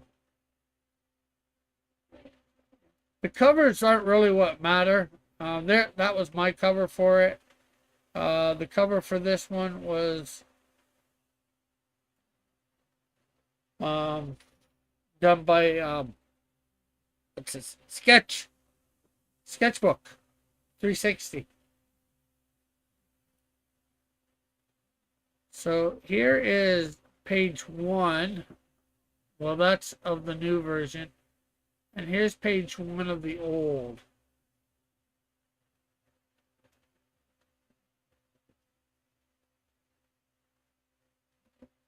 Split. Now this is nice. The first one. But I like the vibrancy a little bit more, the color vibrant a little bit more, as you can see, because somebody else colored number the first version than me, and so for most of it, I think I had to do a couple minor things, but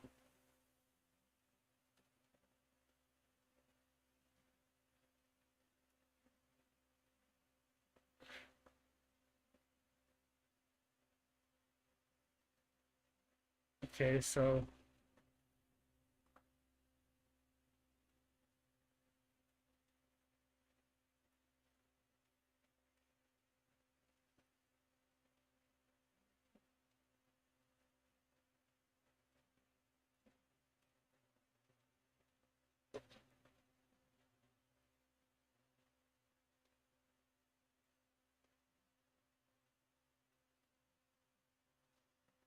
okay, this seems to be missing a page somehow. I don't know where it is, but or some pages are in the wrong order. Yeah, they seem to be in the wrong order. So again, here's a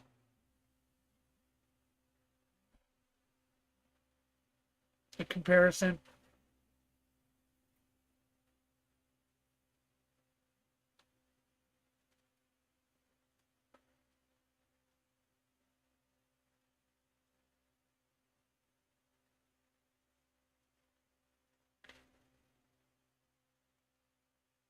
Okay, well,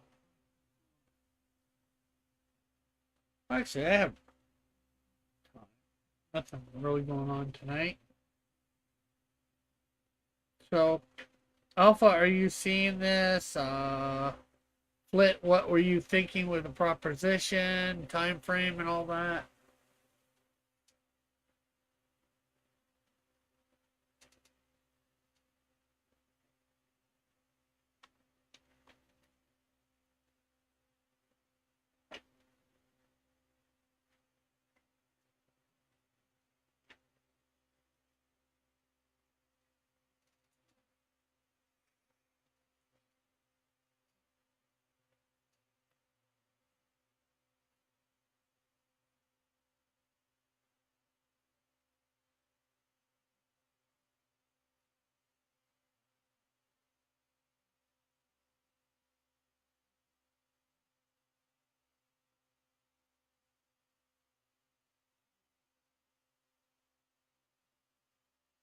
I can show you more pages too if you're interested.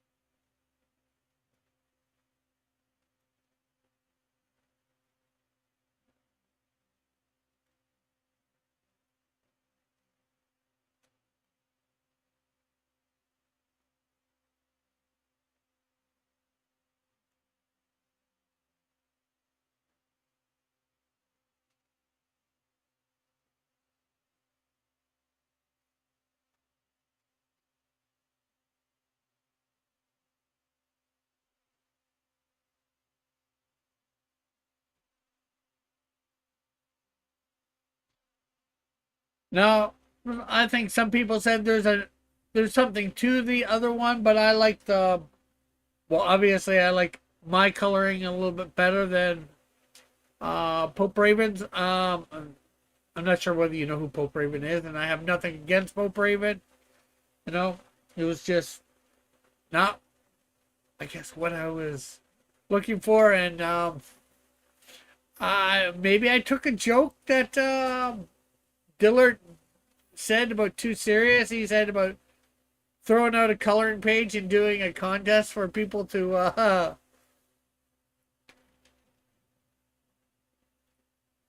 get do the coloring for.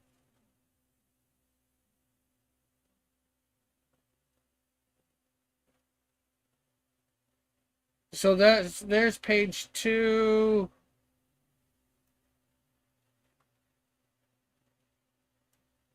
This seems to be in all the wrong order. There's page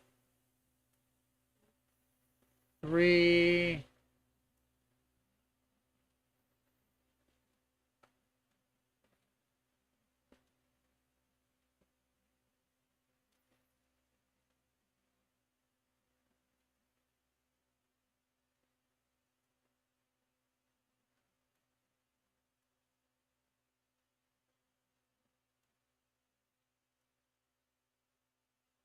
Page 4.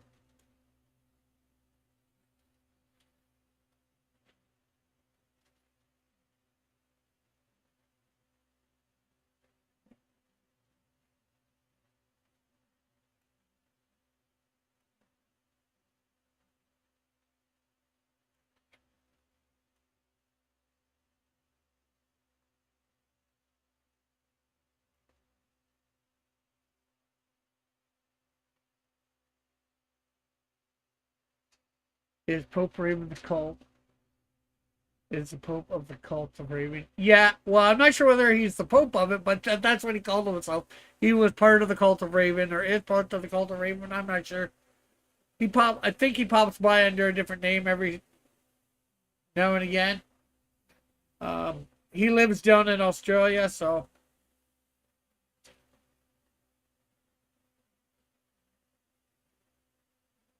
I'm not sure which part. Although I have sent him something a couple times. I sent him a copy of the original. I had gotten his address from sending him something else before, and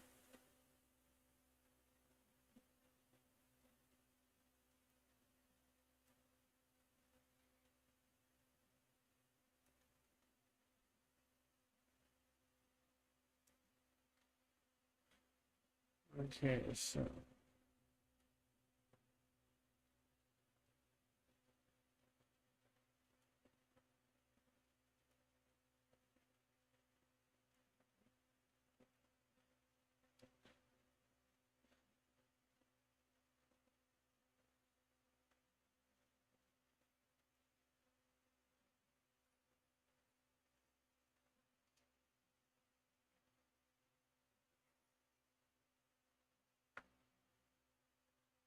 Lit might be better to answer that question. Joshua, for sure, I think could answer better. There's the next page together. Comparison.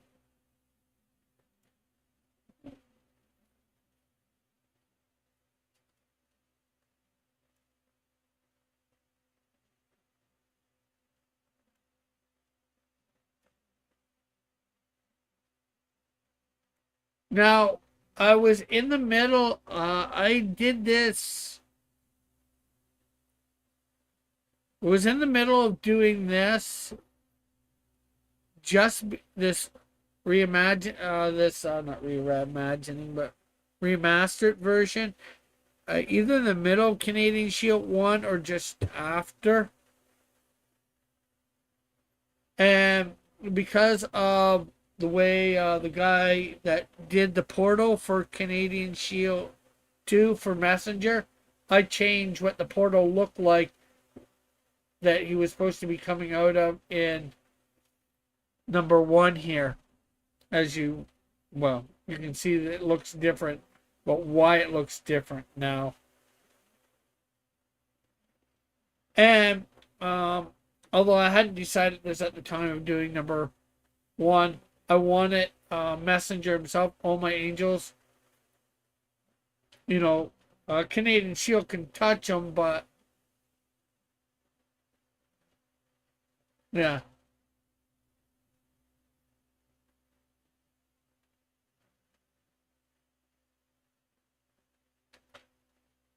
But as he sees them, he's a bit translucent. You know, he's a bit see through, the angels.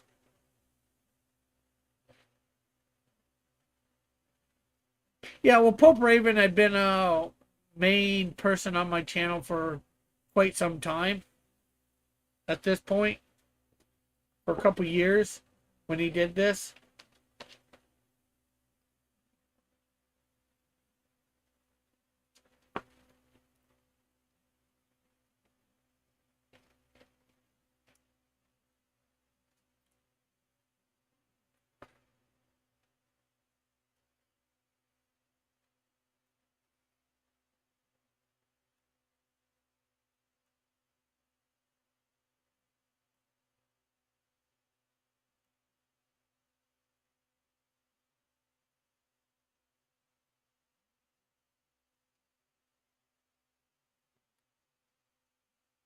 there's there's some the coloring is the major thing. You can obviously some see some differences in the artwork here and there, for sure.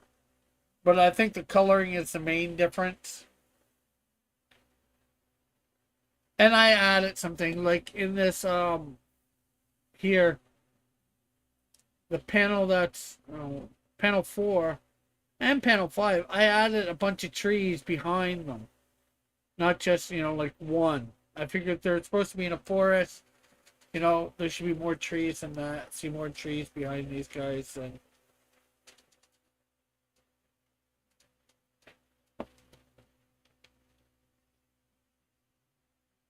just one.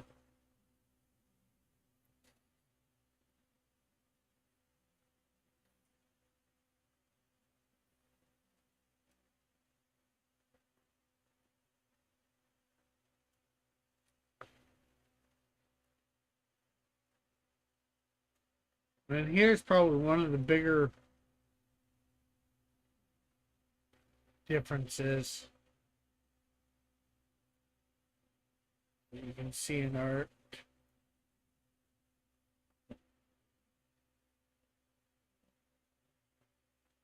I liked it, but I was just, and I had a big play in this, but I was just not end up liking the. He didn't seem big enough or right, drawn quite right there, so I totally redid that.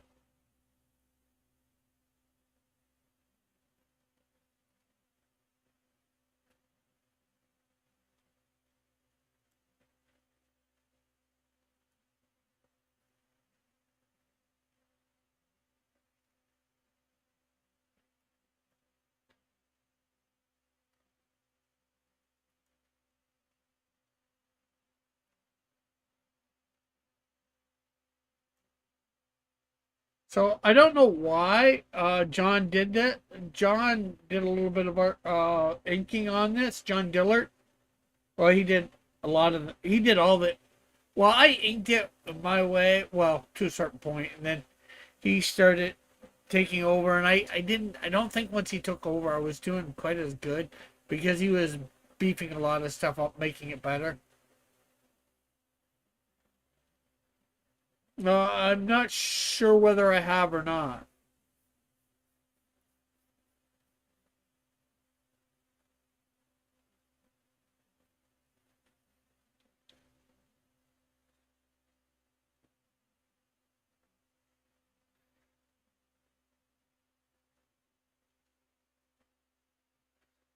I guess that's one thing that I like from the Golden Age comics or Silver Age. Things are a lot brighter in those comics, so I like that. I like more modern day. I like the detailedness of things in comics, but I like you know storytelling from the maybe the mid '80s to the early 2000s. I think was one of the best times in storytelling in comics. Um, So I like that, like there's various things that I'm trying to include from all the various ages, consciously or subconsciously from the various ages in comics.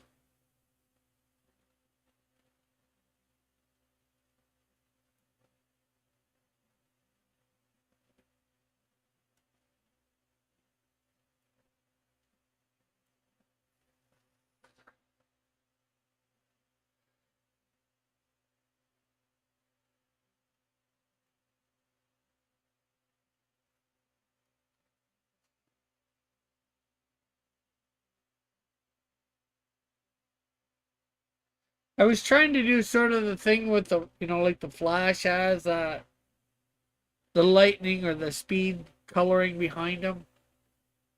I'm not sure how well it worked out. Probably not that good, but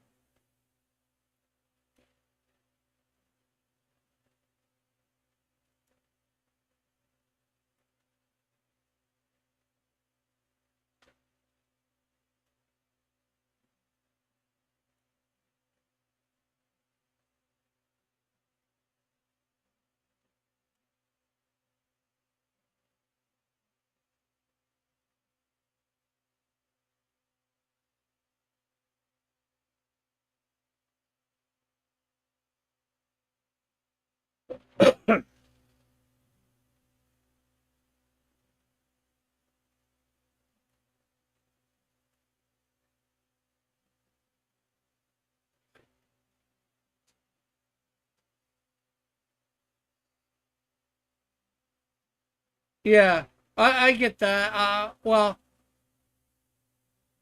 I watched Super Friends. I watched a bunch of superhero cartoons as a kid. Um, I didn't get into reading comics till somewhere in my teens because that's for a couple reasons. A, I didn't even really know about the comics that that that these cartoons had for them.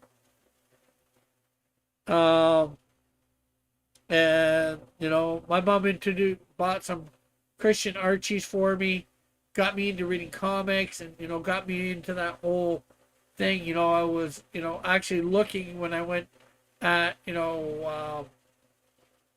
variety stores for comic books, and then I'd see Superman, Batman, and of course I heard on the news about when Superman's back, not Superman. Well, yeah, Superman, but when the death of Superman. So I started going and found a comic shop and started buying stuff related to it then. And then when Batman's back got broken around the same time, so I got it started into reading that. And then I also, I'm not sure whether it was just before, just after that. It might have been when I started going to the comic shop because I remember collecting. I found out Archie had superheroes once upon a time, and DC launched an imprint called Impact Comics where they were reviving them. So I got them. I've got, I think, all of them in my collection.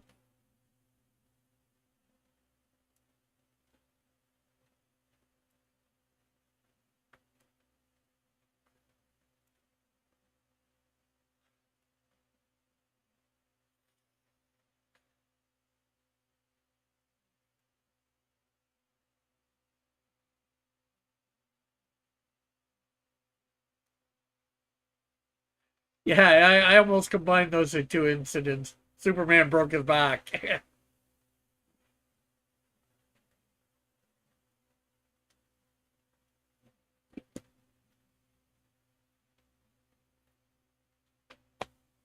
So that's when I really got into reading comics and started getting a lot of them at that point.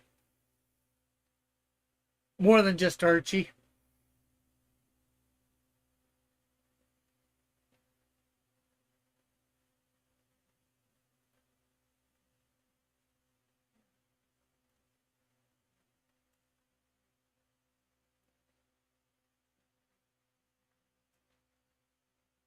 So I'm not sure what you think about the differences. You want to say something about the differences from page to page here?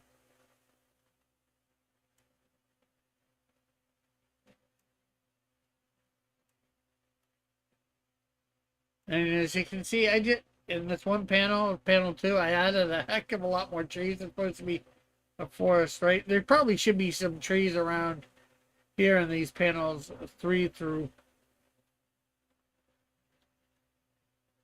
um five, but I didn't put any trees there. Just trying to show passage of time.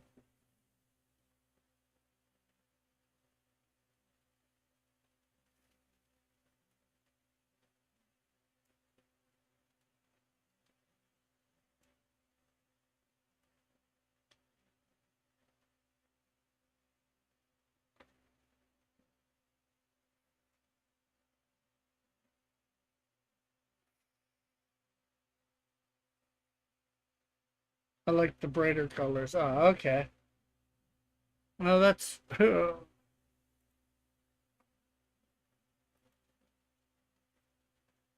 I know I usually call it pastel, but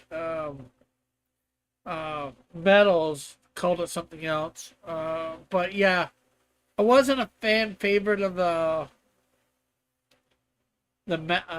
muted color, shall we say?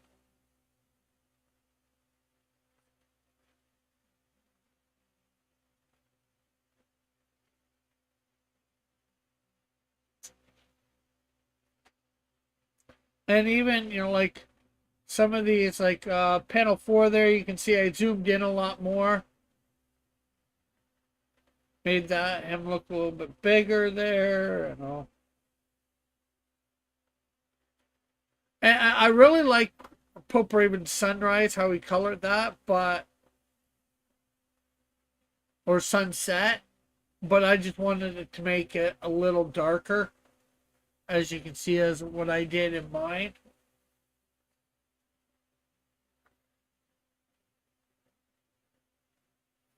Because it's night.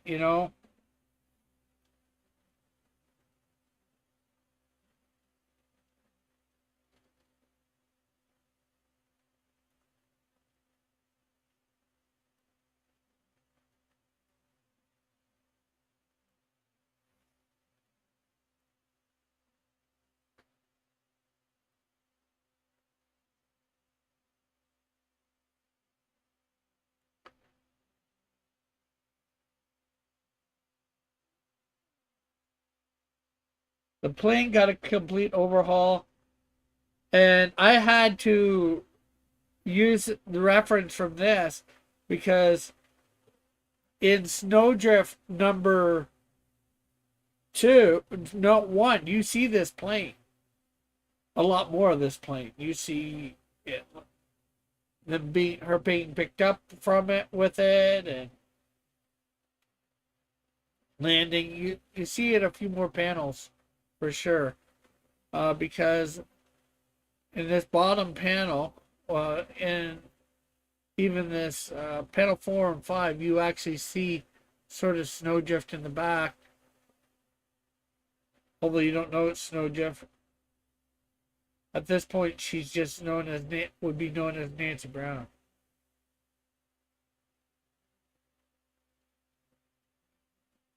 Yeah, because that's something else that I realized.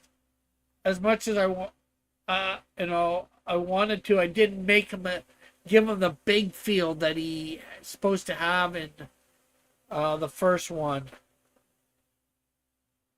So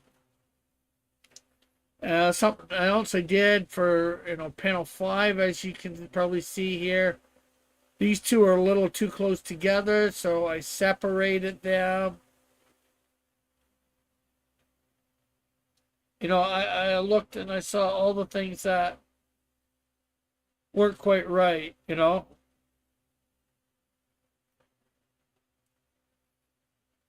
So that's a crossover. Yes. But unless I tell you, I don't, or you've read Canadian Shield 1 and Canadian Snowdrift 1, and even then you might not put it together. But I think you will have needed to read both of those to know it, or have me actually told you. So technically, it's the first crossover. You can say Nancy Brown's first appearance was here, but no speaking roles, nothing. She's just in the background, sleeping, or sort of sleeping, because as soon as with this we focus on the Canadian Shield, in her book it's focused on her, so there's a little bit more to the conversation in the plane about that, seeing the Canadian Shield.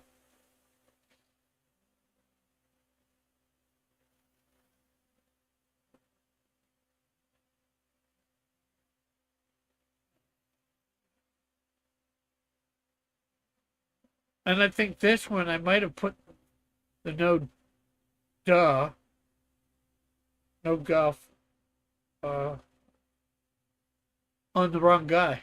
Or I might have done it in this one. I don't know.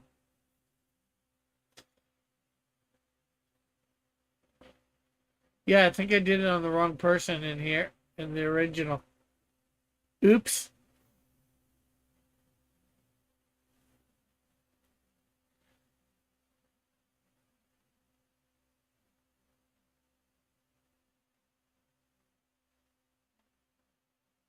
What is a smart move? The crossover?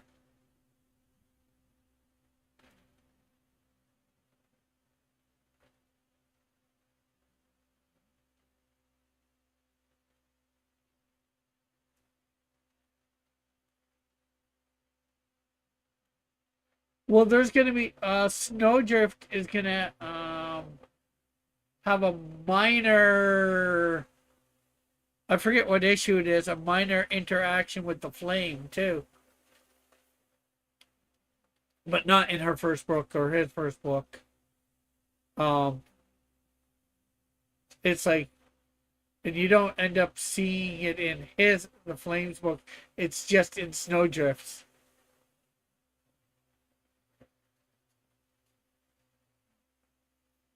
Like there's a Snowdrift, and the Flame is in Montreal, and Snowdrift's in Edmonton, Alberta. Um, and for I know the reason. For a reason I'm not going to tell you, she ends up in Montreal, and the Flame's been active for a while, and there was something that happened that she thought she might have ended up beating the Flame, but he was out of town. But just as she's going into the airport at the end of the issue, he's coming out of the airport.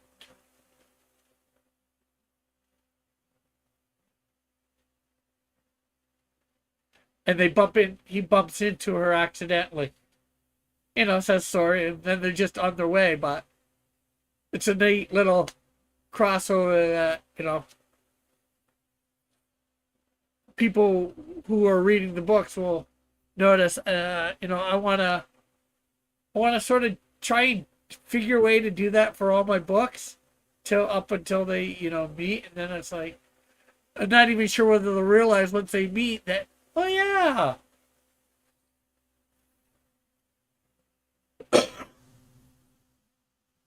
You're the guy at the airport that bumped into me.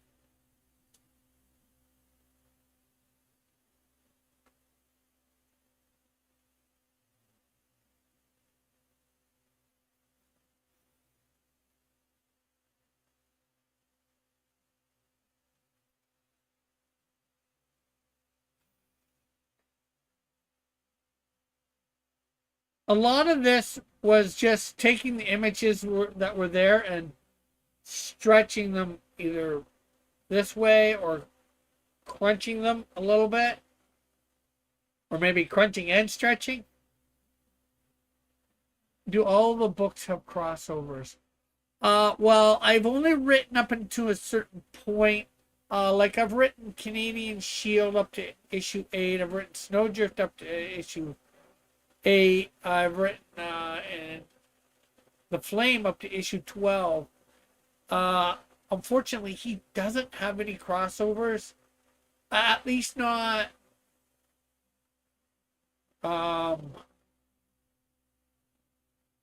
Him. There's going to be a crossover villain in all of them. But I would like to write in a cameo crossover between the Flame and Insecto. I'm not sure how yet. I'd like to do it before they're supposed to all meet up and become a team, and then I would like to do one with Insecto, and I believe it's Ozona that would come out after him. And that I have no idea how I do. One's on the west coast of Canada, the other's on the east coast of Canada. These guys. It's like, why is she either where he is, or why is he where she is? At this point, I can't think of a reason. And then, of course, Ozona with the Wiz, who's out next. They're a little closer. Wiz is in Toronto. And then, of course, I'd like to do Wiz with Electine. I don't want them to all interact, but just, interact with the person from the book before. Well, interact or somehow, for whatever reason, have them in the issue. I'd like that. I want to find a way to work it in logically. I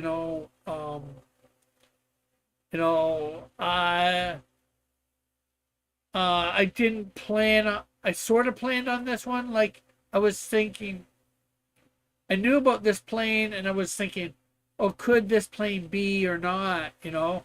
And I'm like, okay, I don't know whether this plane coming down from where she is would be on this path, but we're going to say it is for whatever reason. Hey, Herman. I know I'm not sure whether it would be the logical way to go, but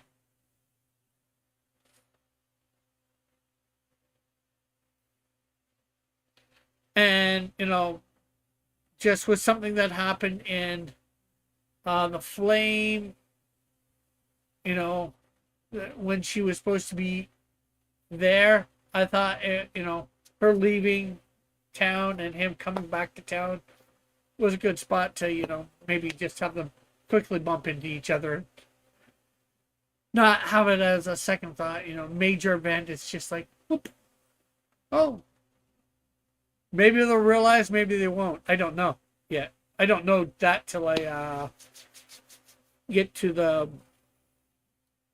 founding of their team. And how are you, Herman?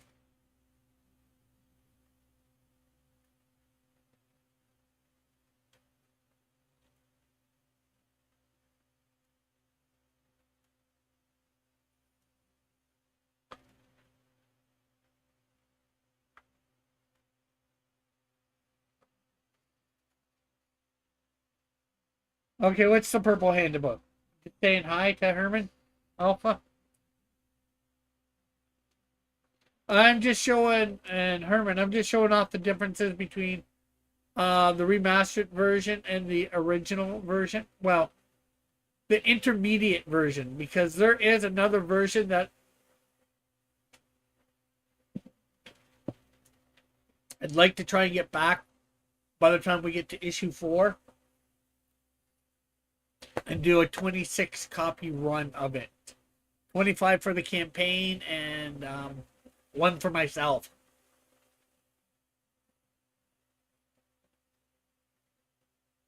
Because there technically is a version before this crowdfunding version that I did.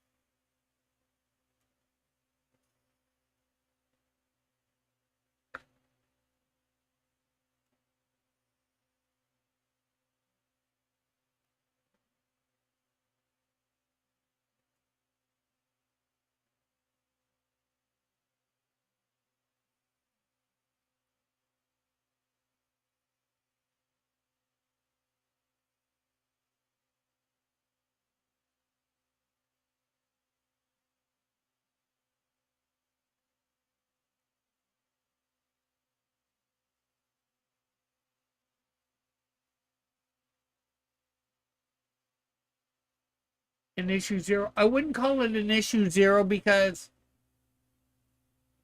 um everything is pretty much the same. Again, some of the backgrounds are just semi photos that I was able to grab and manipulate um and do stuff with. It's the exact same story. Um some of the images are different because it was a precursor to this version, the Pope Raven version, the version I crowdfunded with.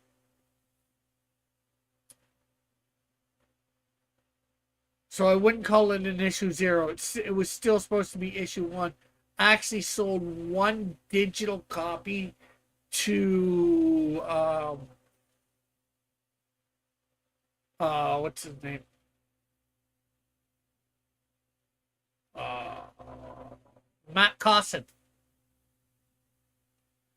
Because I went down to LA before I met John or anybody, and I actually met Matt Cosson there at a Christian Comic Con called Alpha Omega Con. His brother, and his girlfriend at the time, now wife, were right beside me. became fairly decent friends, acquaintances, however you want to word it.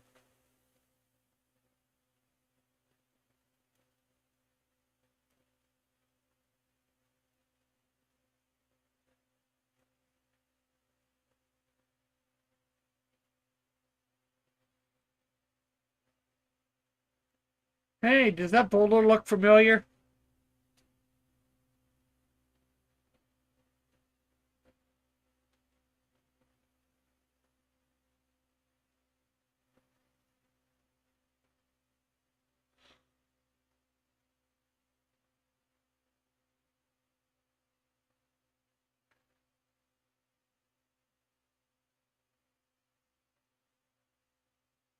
I'm not sure. Probably, probably not.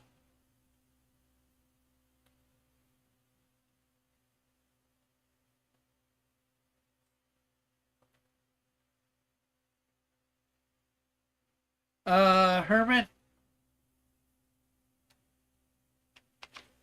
I actually had him on a couple times on my channel. Back a few years ago, he was doing a book with James Hudson. No, I forget the guy's name. Unfortunately, they were in the middle of the project and the guy died. So unfortunately, nobody got their money back and nobody got the book because the book wasn't finished. And Indiegogo says, "You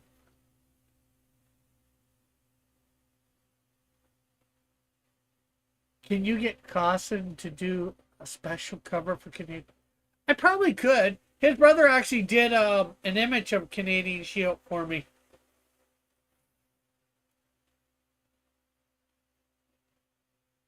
Yeah, I had him on a few times.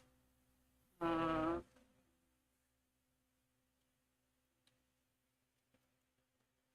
um, James Hudnall or something like that. Let's see.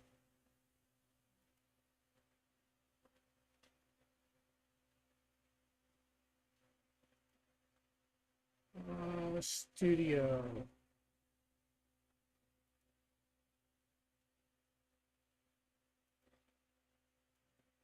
Let's see whether.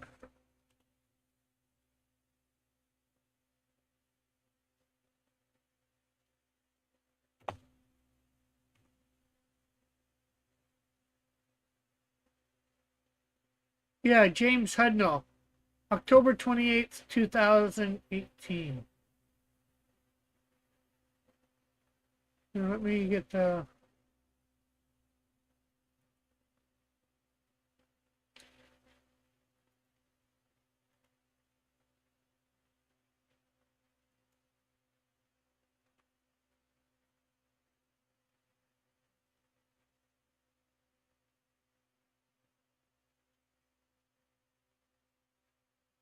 It's not Hudson's, it's Hudnall.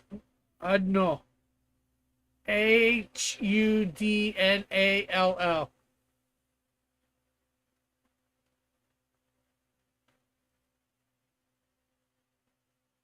There's a link to it. I'm not sure whether Cosson's face was on that or not at some point. Yeah, yeah, that flying around it. Is it orange or purple colors? Nice contrast. Yes. I don't know if you know who Poke Fire is, but she's one of my good friends. So Okay. that's why Yeah, Josh keeps asking. Oh, is it Pope Raven? I see that. Raven, I should say Raven. Yeah, Joshua Hughes is a devotee of Pope Raven. Yeah, I'm a devotee of Poke Fire only because she's one of my friends. But Pope Raven said, "Matt, please give Rick some different dry." Dude, what's Rick? What's with letting all these heretics on in your chats and stuff, man? It's like, Yeah. I was playing the video. You get to see his face in it. No. Pope Raven is not a girl. Pope Fire is a girl. There was a big thing back near the beginning of Comicsgate. Raven versus Pope Fire. Starfire. Who was better? You had the church.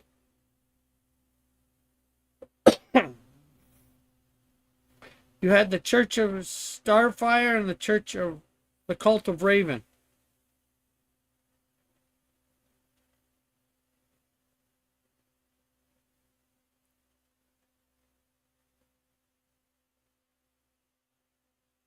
Most of them aren't around today.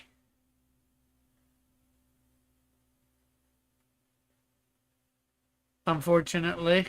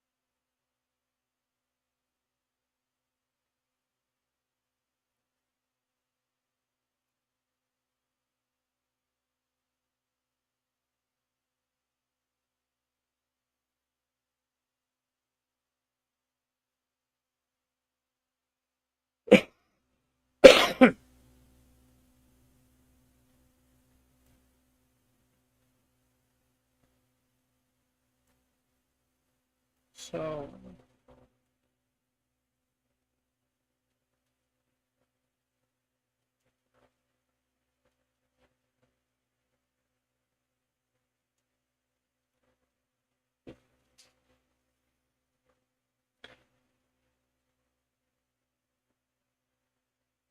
actually, I should contact Matt and see whether he has the original file that I sent him for Canadian Shield 1.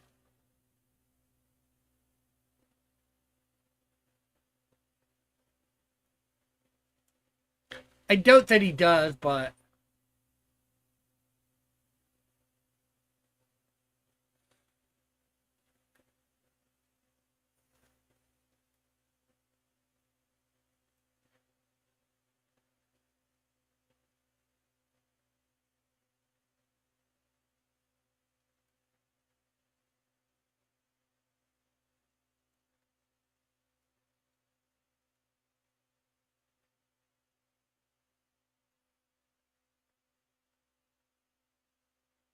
well, as you can see, this number one didn't, but in doing this remake, I'm not sure whether it was in doing the remake or doing number two, I decided to do that, the red and white gutter. I just thought having plain white borders was boring. I wanted something more than plain white borders or gutters around.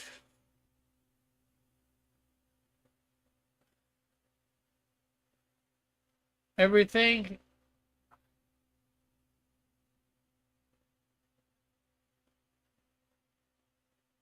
So, since I either started doing this one, the remake, remastered, or number two, so sometime during number two, I'm like, okay, let's do the thing. So, they all will, for now, oh, one, all that means is, like, like, don't worry about taking stuff to the edge of the page. Do what you feel is best in that way, Alpha. Um, the other guy has, so I don't mind that too much. Um, you just got to remember some of it's going to get cut off too. So, but besides that,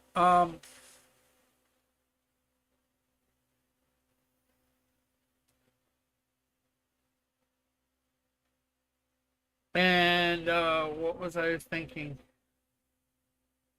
Like, I guess you just try and give some space between the things. Like, I'd like to do something similar with Snowdrift, but Dillard does just completely black uh, panels. He cuts out the panels based on whatever's the on the he cuts out the panels based on the panels. So there's completely black border with that. I probably could do something about it, but I don't really want to take the time and cut out all the black and make sure all the stuff behind it is all right and all that. So you all you have to do is leave a white thing. I can deal with the background like that easy enough. As long as if you color in the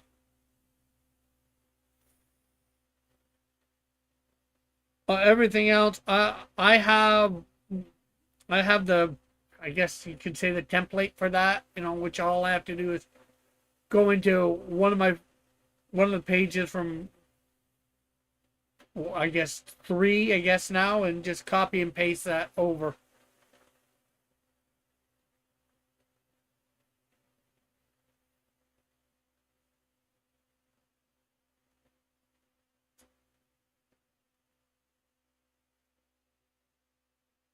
I guess I could, once you're starting that, I could give it to you so you can put it on the back. But in some ways it matters. It doesn't matter right away because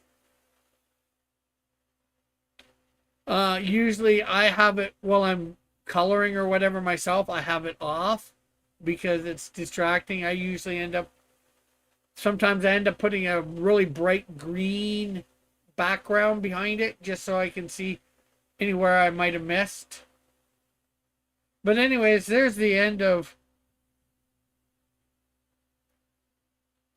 it.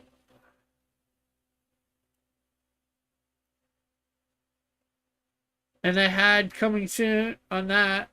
Coming soon. And I completely redid those covers too.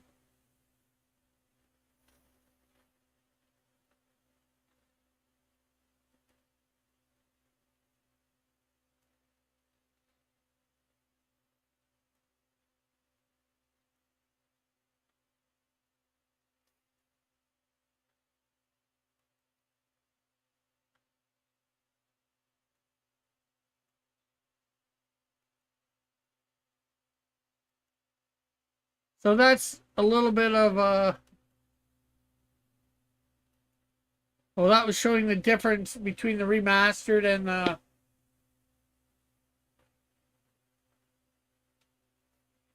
I'm not sure what to call the one in between because I know everybody else will think of the Pope Raven coloring as the original, but I know there's one before.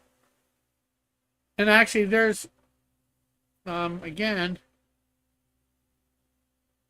let me get into my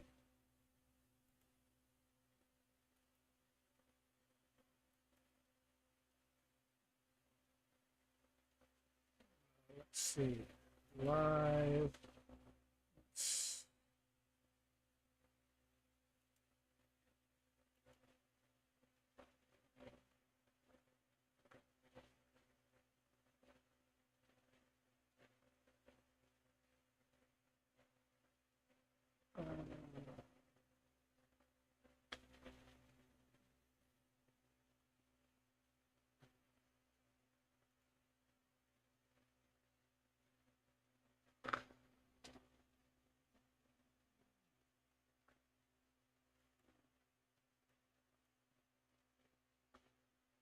trying to.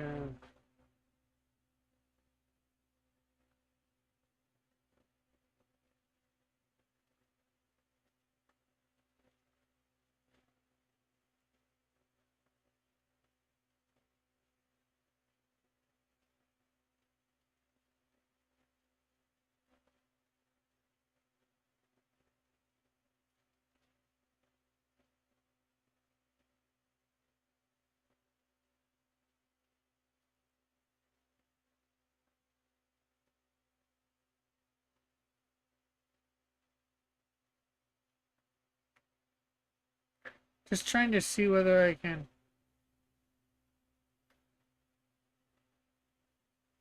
see where I first started drawing up.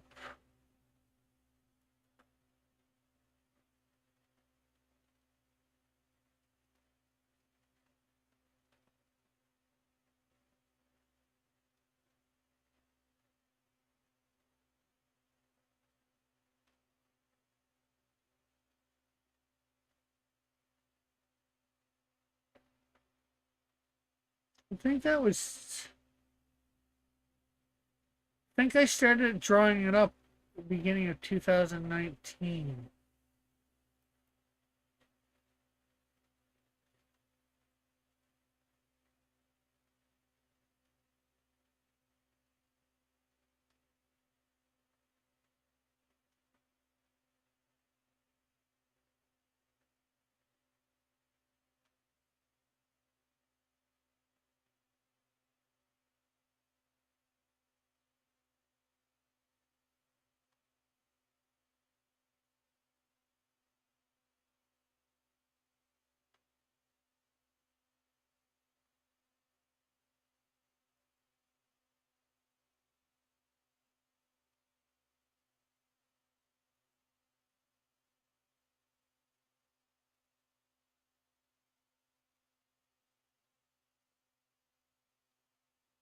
Yeah. How many books have you published since two? Unfortunately, not as many as I want to, but 3 comics and 1 coloring book.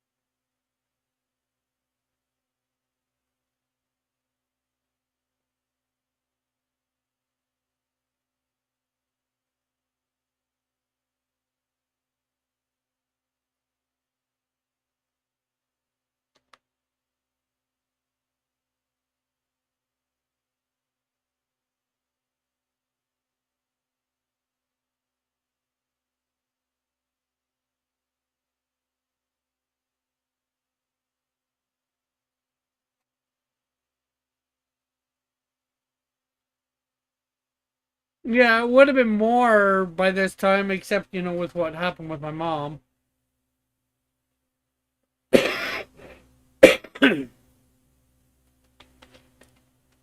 And my computer.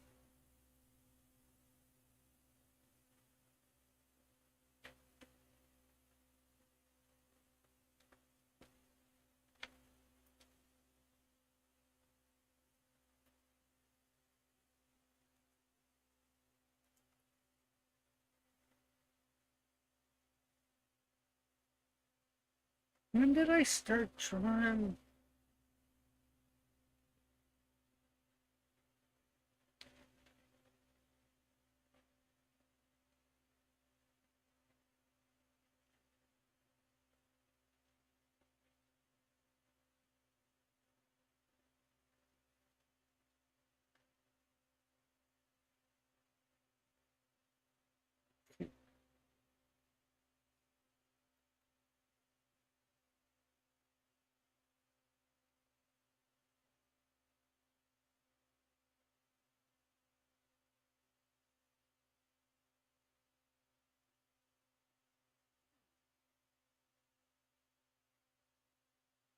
Come on, where is it?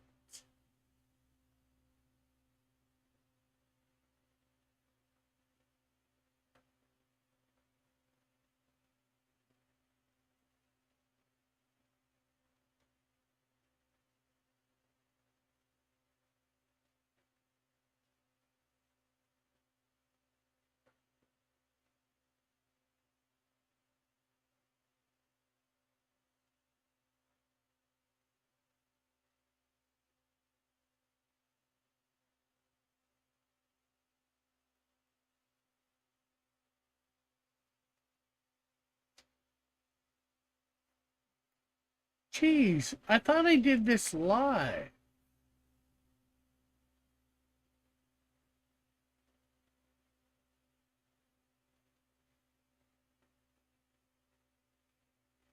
Okay. It was with High Noon that I started that?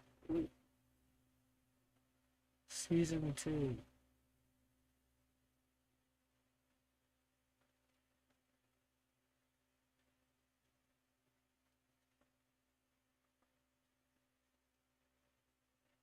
Now, I wonder whether I showed off any of the original on there.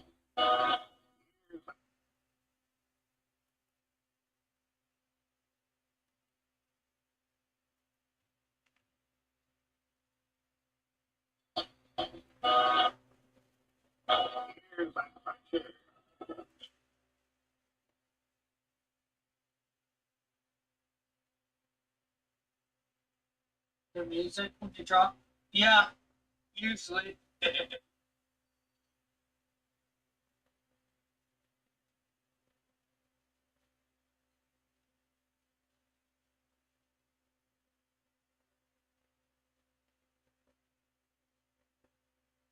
And as you suspect, I'm not listening to it right now because I don't need to get messed up. Oh, sorry, Ignition.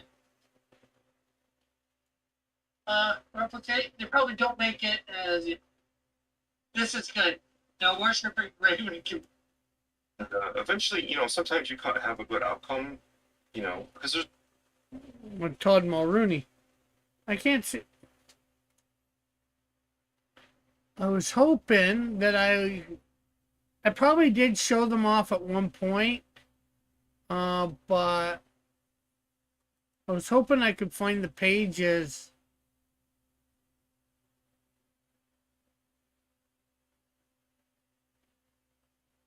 Like, I know I have the original artwork from the original version I did.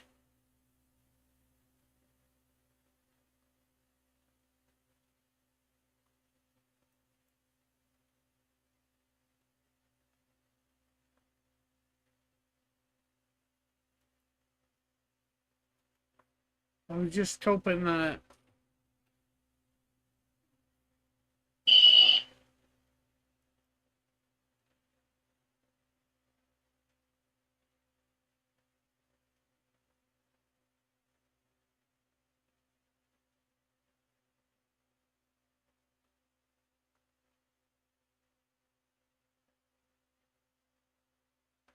Oh, have you went to see the Superman movie yet?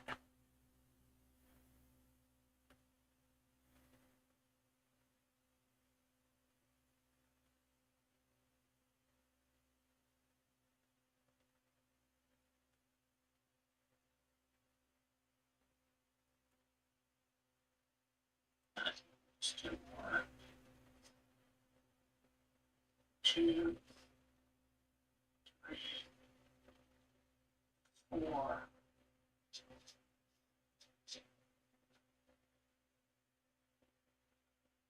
Okay, so my biggest thing.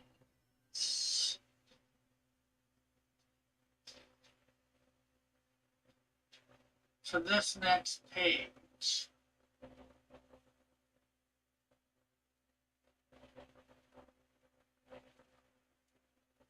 And I'll show everybody what I did before. So let me share my screen.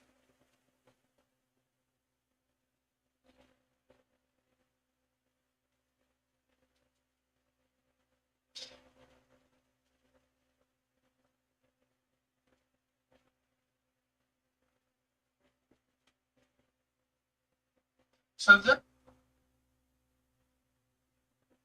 Okay, so let me take a screenshot here.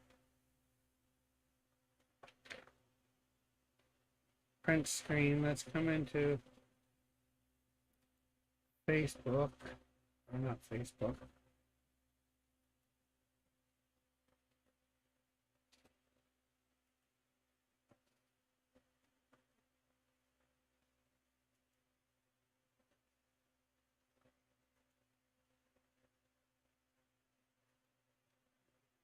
Change canvas size.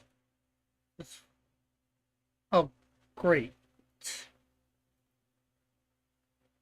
Have to retake that shot because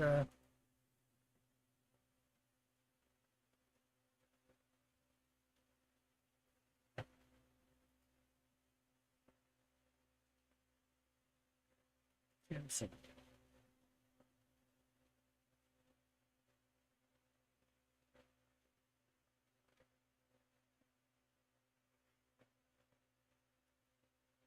And let's see.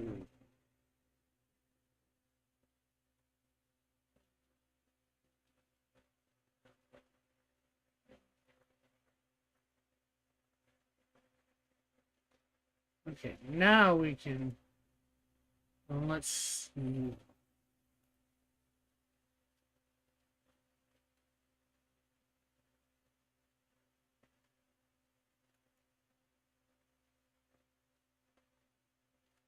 Change canvas size.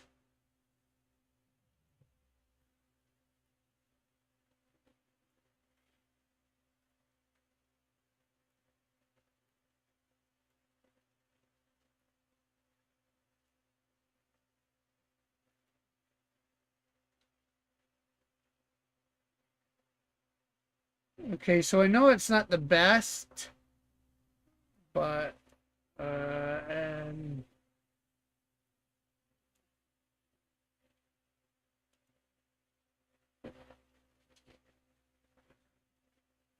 I'll let you compare. Which one should I let you compare it with?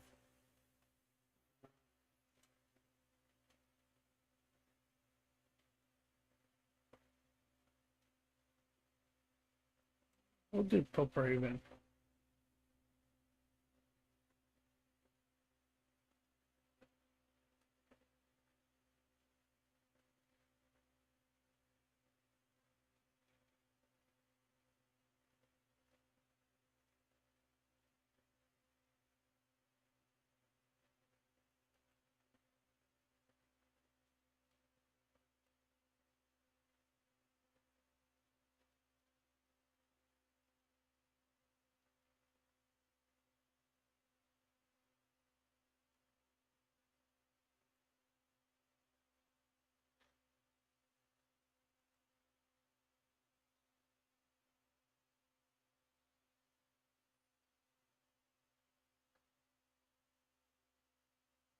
I don't know why it's not letting me have the.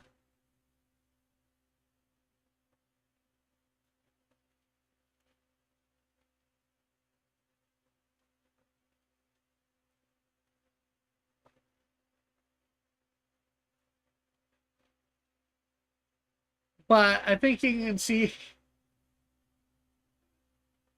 a little bit of difference, or a lot of difference.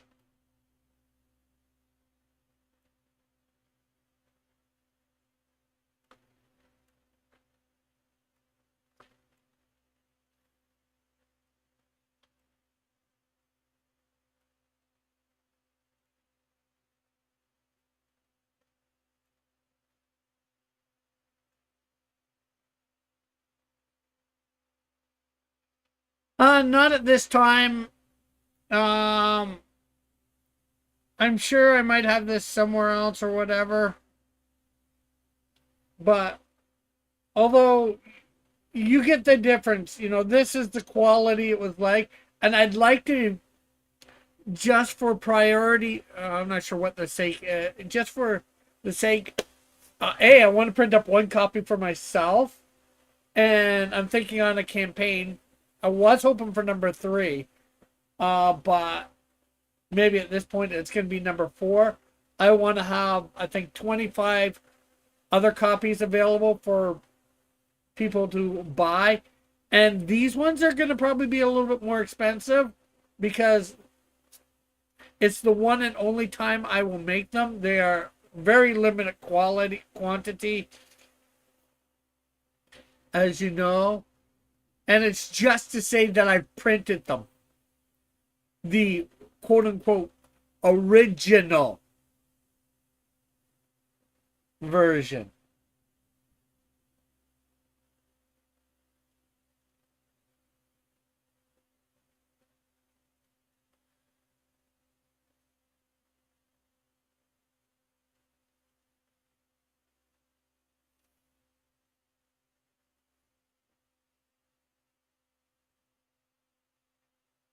So yeah, you can see the difference between the two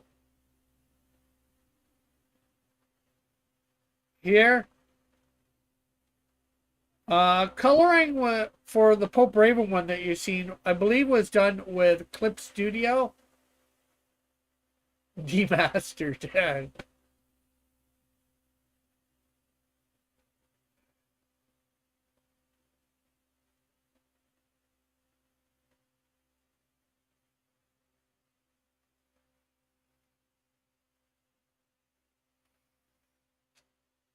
Um, and like each version is low, leagues above the other.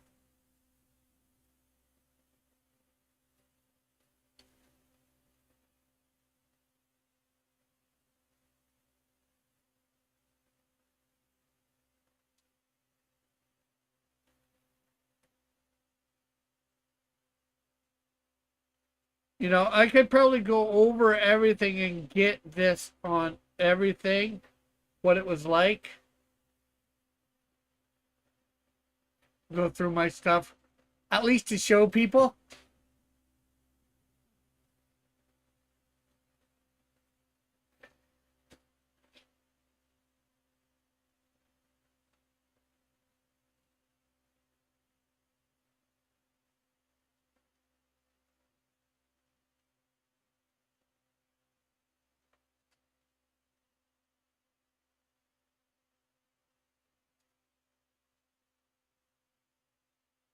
Coloring, there's a lot of differences.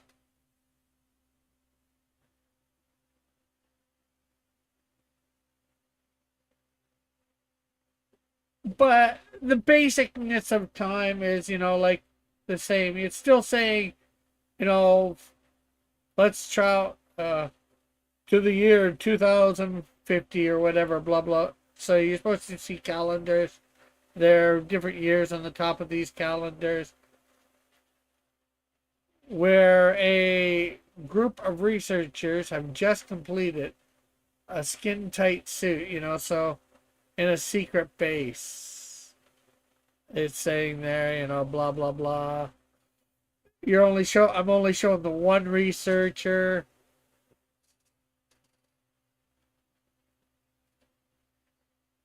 In the thing and make that a whole big panel compared to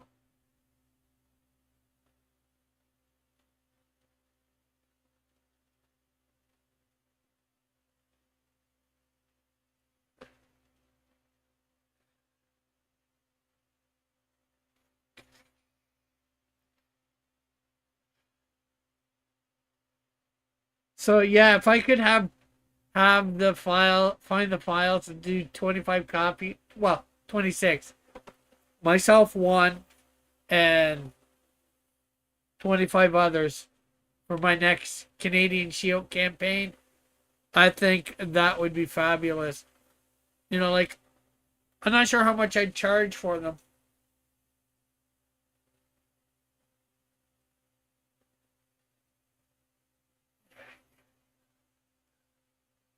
If you really want to pad out the demaster, you could have one side show the panel, and the other side.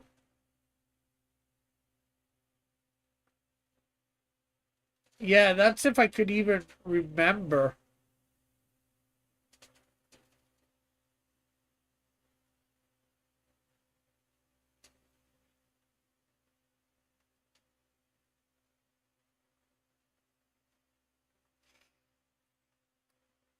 No, what would be neat for that? That's a different book altogether. That book that you're talking about is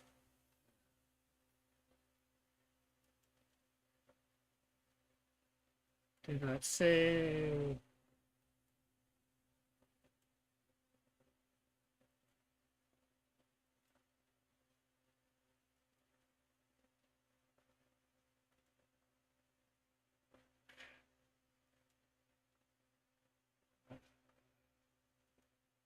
just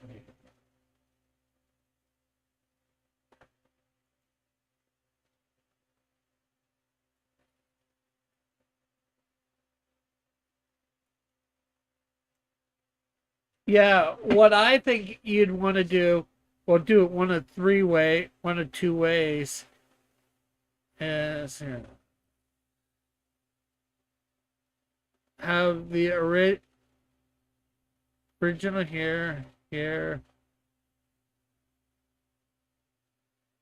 and here you have small versions of each of the pages from the different copies, and you have some sort of commentary here, and then you do the commentary here again,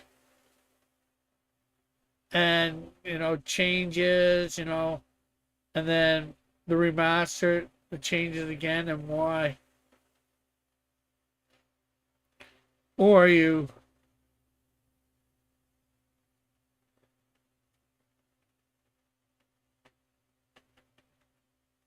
put them all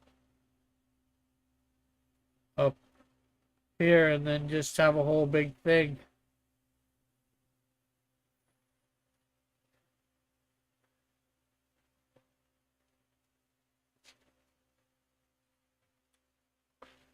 But I think down the side is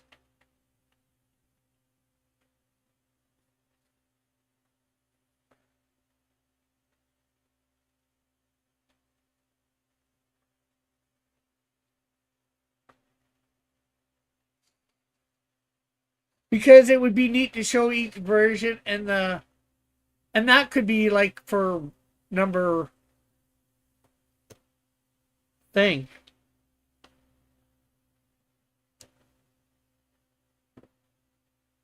That could be for campaign 5.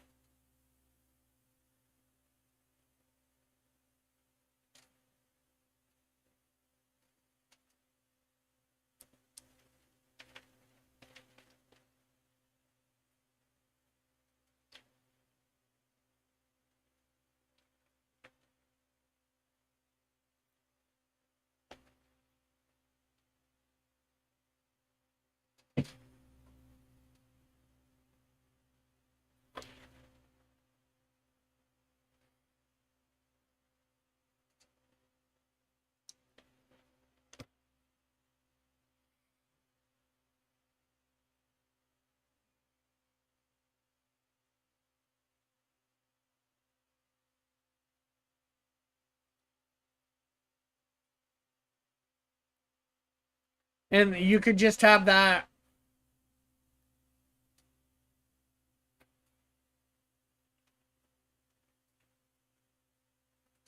as a selling, it's a way for some people to be able to see the first version, but not in the same way as the people who bought an actual copy. Yes, it is. Well, like I said, I wanted to do that the demastered copy. I wanted it to do it on this campaign, but when my computer fouled up and I haven't really had the chance to get everything set up for my I got a decent setup here for my computer, but to be able to go through all my hard drives and all that, because I might have a copy of it on one of them somewhere.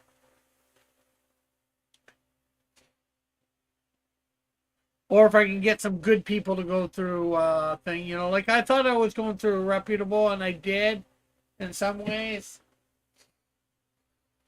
But you know,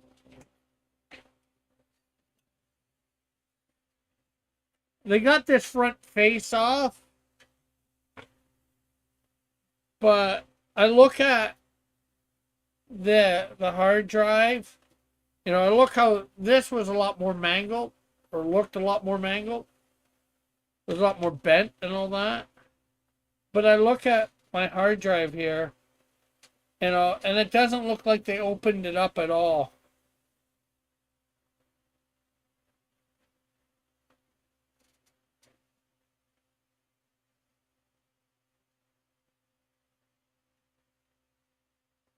So I'm not sure.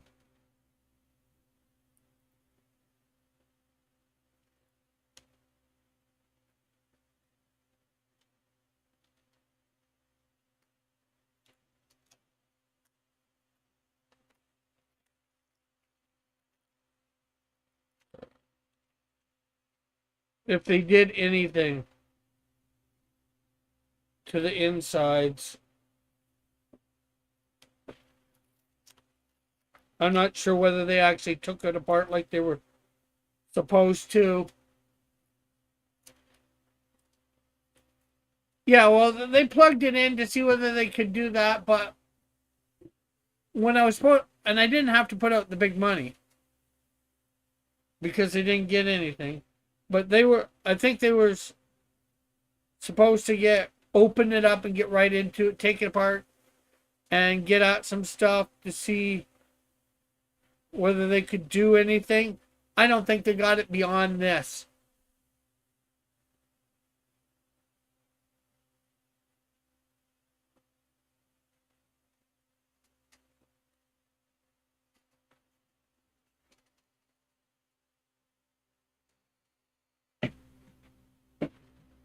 But, it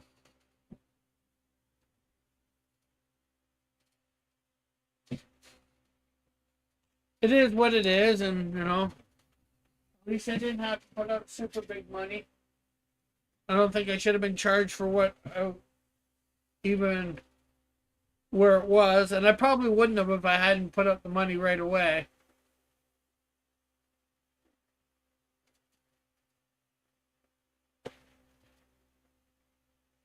But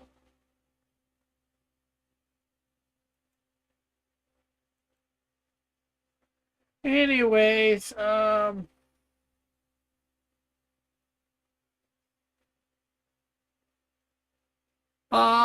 it's damaged because it fell the height of my computer, which I don't know, it's probably about a foot and a half, 2 feet.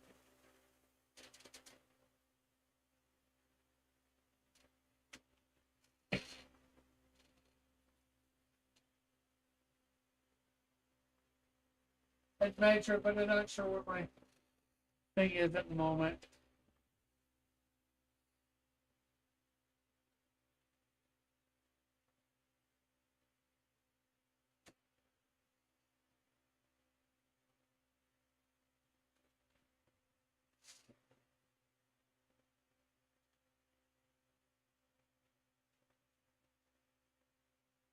They only usually told me something once I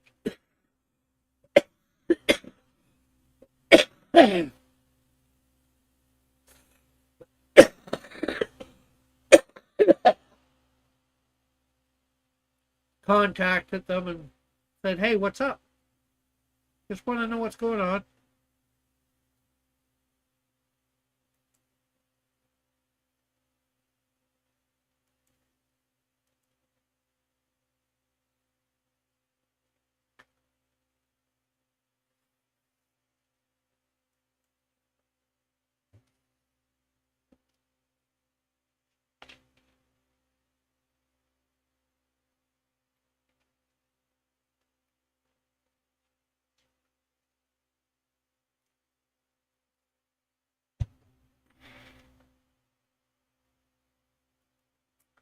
Most of us interchange between feet and, well, it depends on what we're dealing with.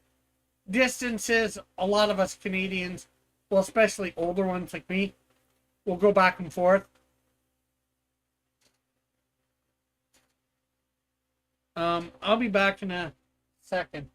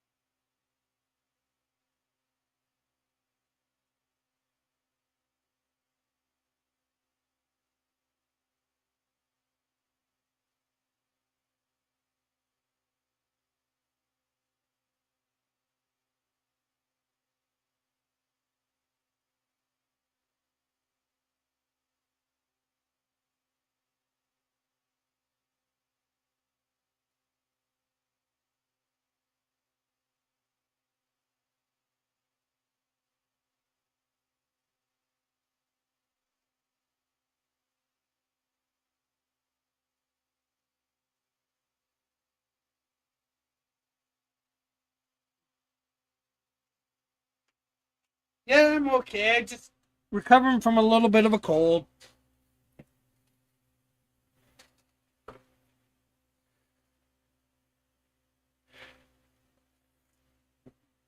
Well, I've went around topless in the Canadian wilderness several times and never got a cold because it's nice and warm out here.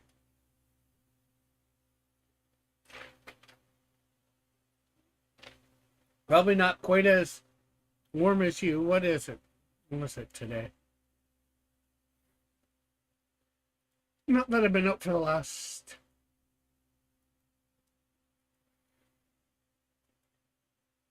couple days.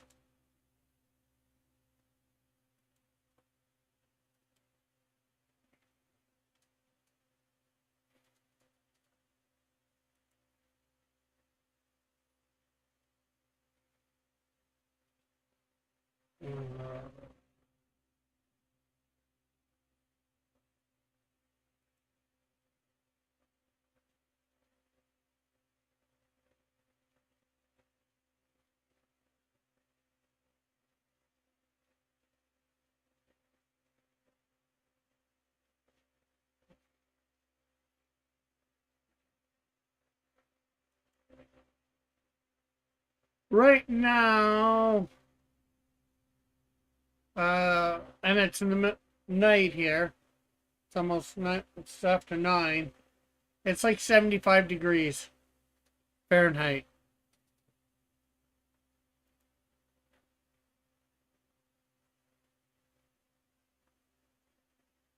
Yeah, but the polar bears that are in Canada are like probably 2,000 miles north of me.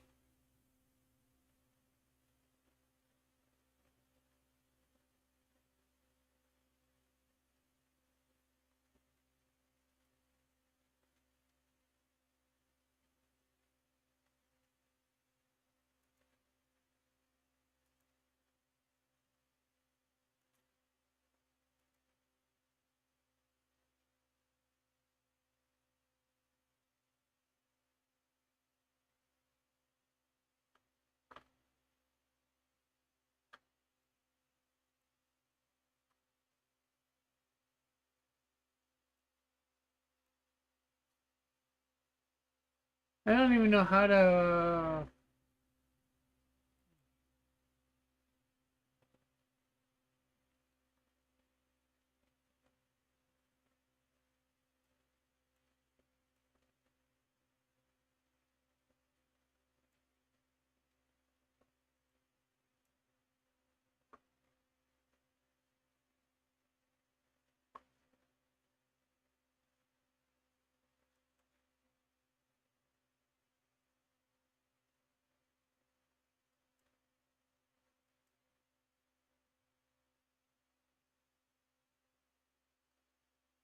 Okay.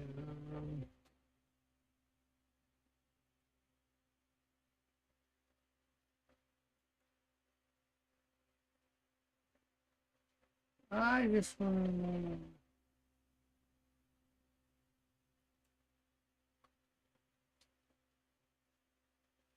distance.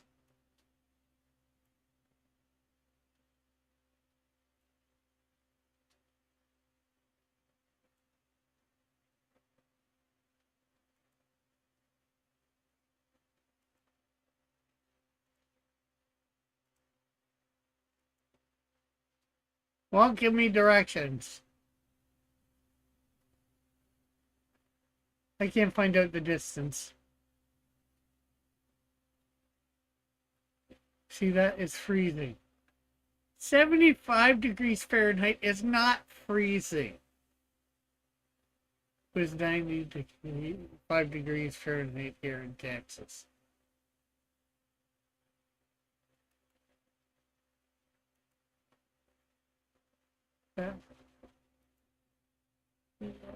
And like I said, that's right now at night, not the middle of the day. In the middle of the day, it's higher than that. Let's see.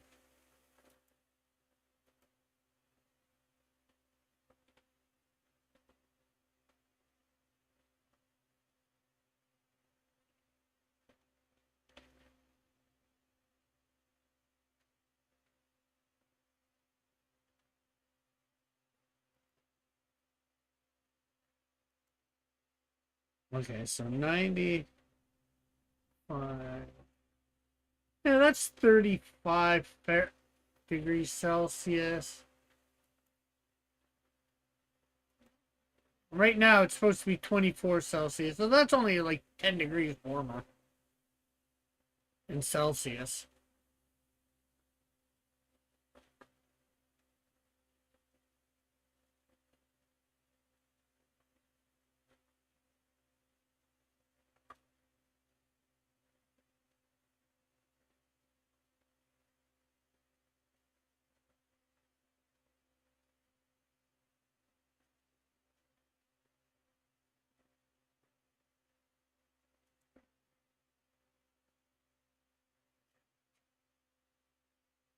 Yeah, I just figured that out.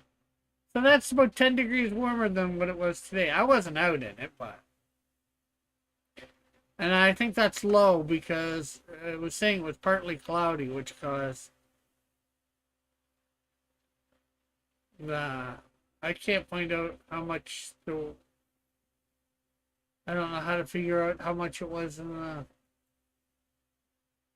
middle of the day.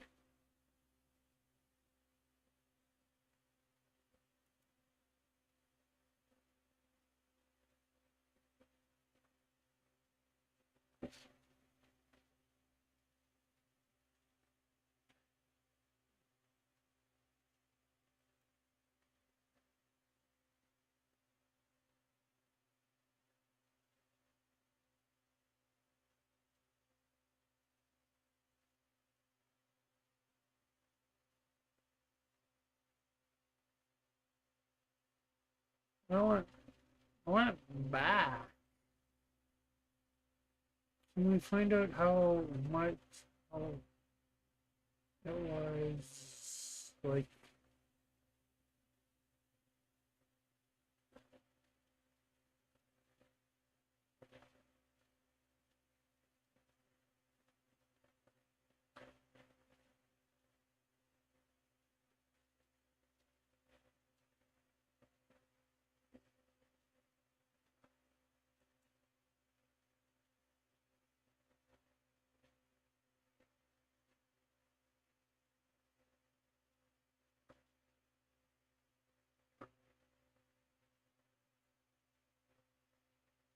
Currently, historically.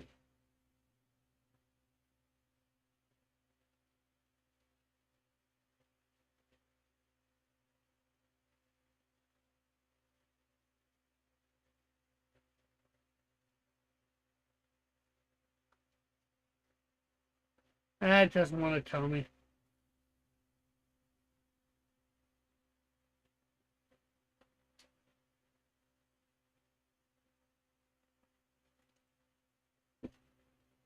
I've been out colder than that swimming.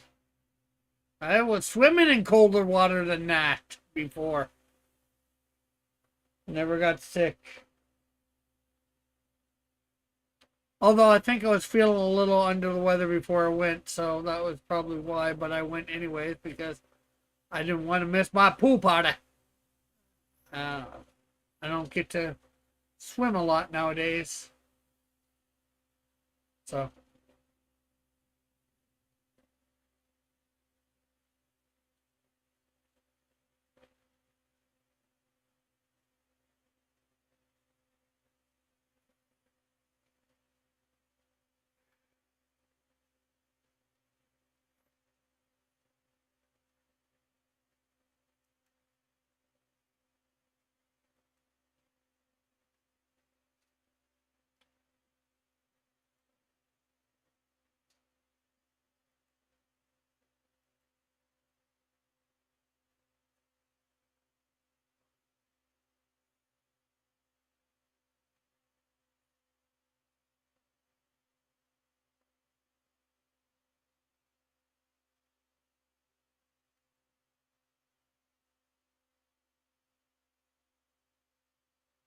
Oh, and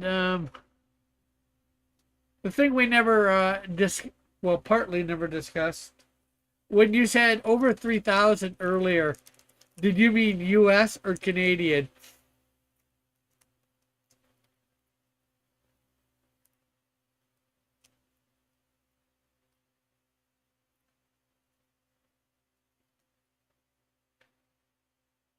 because of course I'm paying you in American, so although I'm collecting funds in Canadian.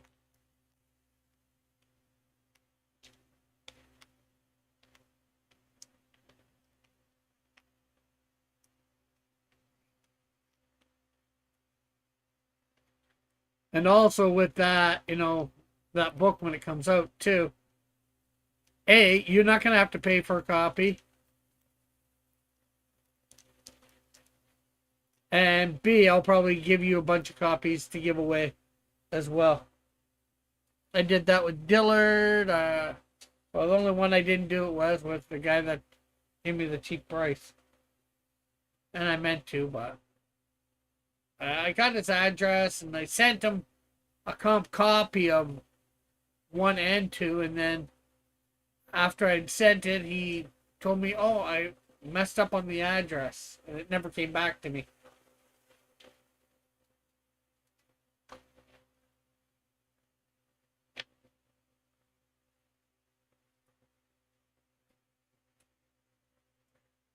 I'm hoping I can make those John dollars. Oh, yeah. Me too.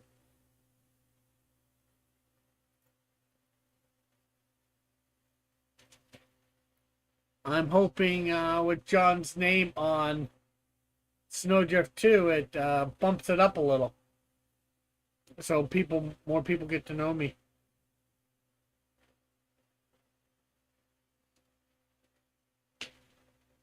Yes.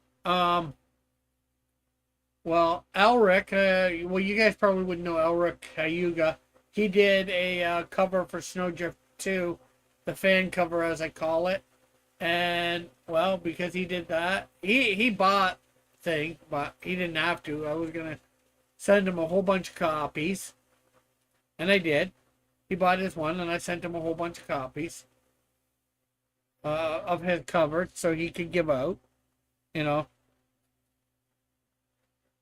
They got free comics because they worked on the book.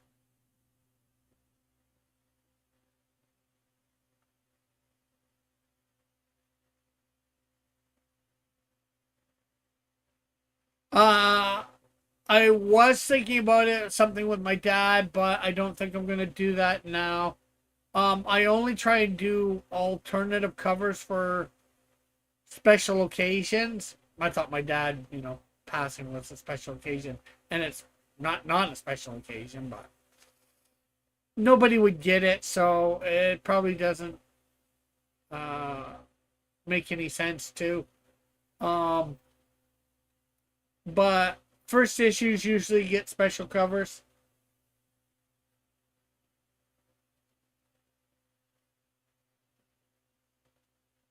When I said somebody got free comics, I meant the person that got the mail you sent. Okay.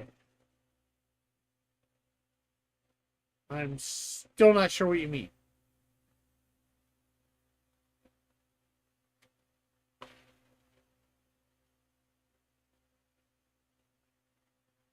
Like Pope Raven. He helped on Canadian Shield 1, so his version, I did send him a copy. I didn't send more than a copy.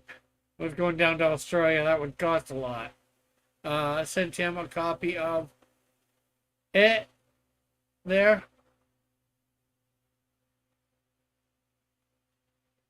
Oh, well, he was the artist on Canadian Shield 2, the guy that gave the wrong address. So, he said they never came, and they never came back to me. So, somewhere along the line, somebody snagged him, I think. Did you put all your contact information on your comments? Did you add your YouTube channel? Oh yeah, website. I'm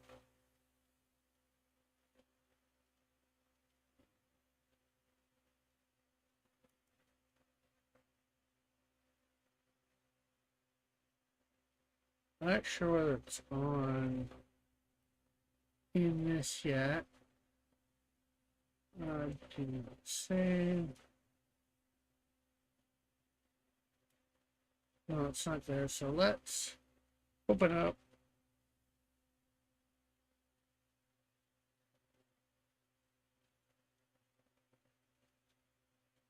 Well, we'll just.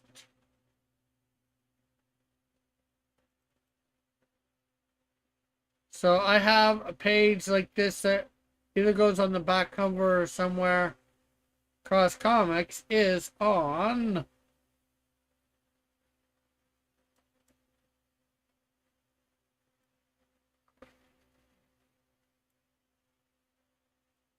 I'm probably going to be taking Parlor out this time because Parlor's not a thing anymore.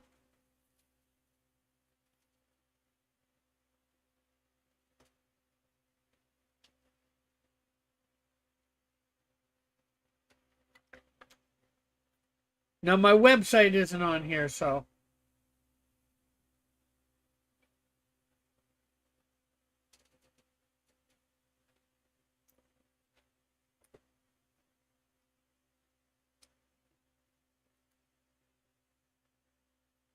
although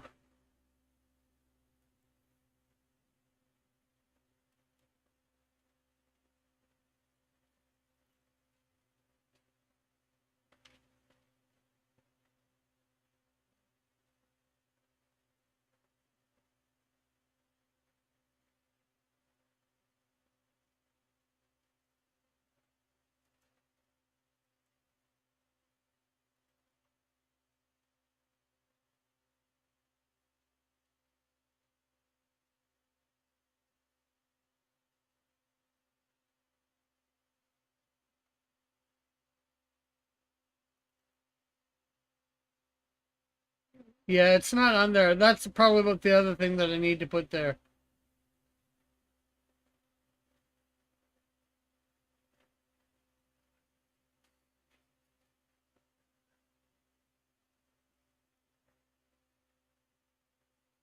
Well, as I say, oh, you're taking off?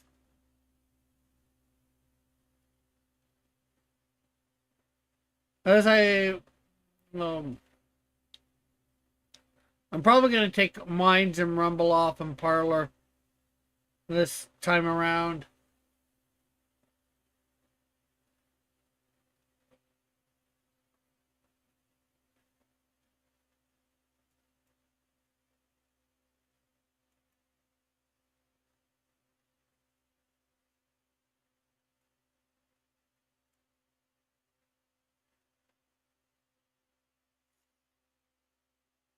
Will your paperback be? Will paperback be? Like you mean a trade after 5 issues? That's what I'm trying to decide. At least, especially with Canadian Shield, I'm really trying to decide where I want to make that trade. Do a trade, a graphic novel or whatever, or put it into a graphic novel format.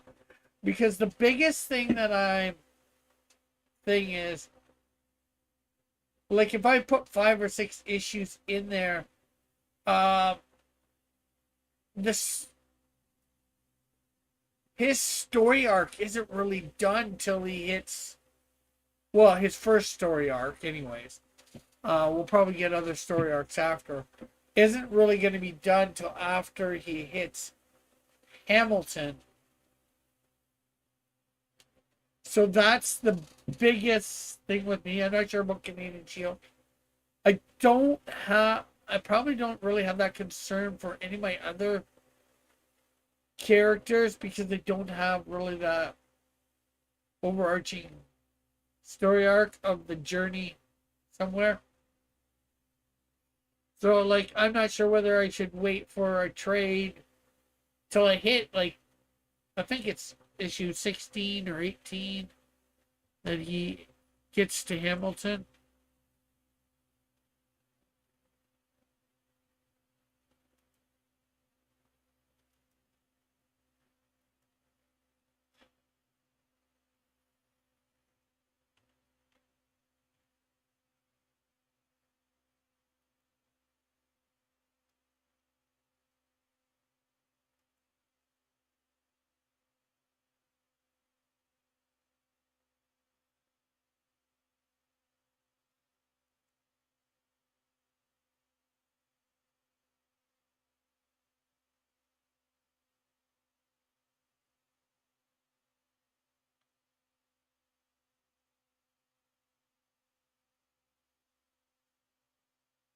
Uh,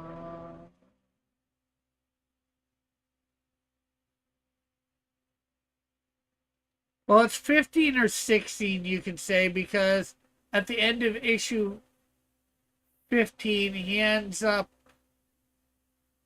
outside Hamilton at the population sign. And 16, he's settling into Hamilton.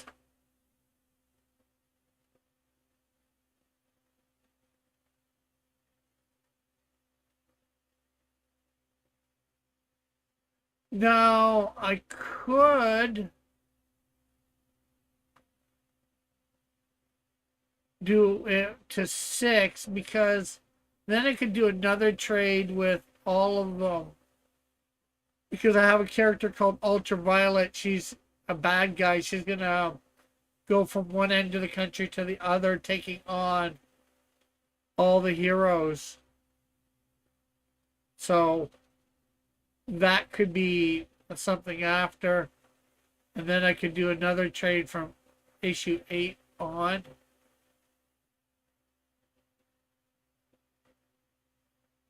I don't know.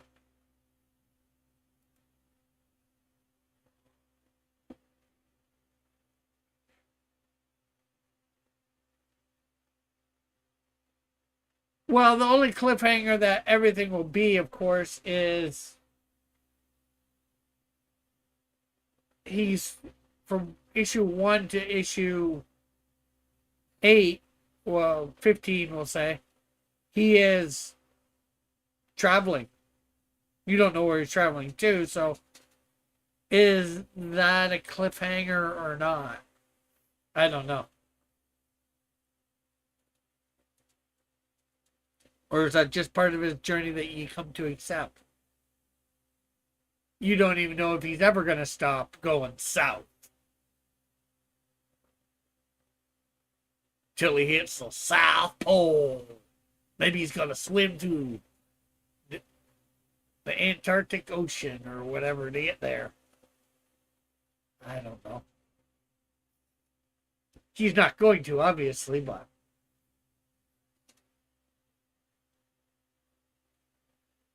did you hear that Alberta and Saskatchewan, along with 2 other provinces on the west, are trying to? Yeah, I've heard about it. Definitely not sure. I'm not sure what's going to be happening. And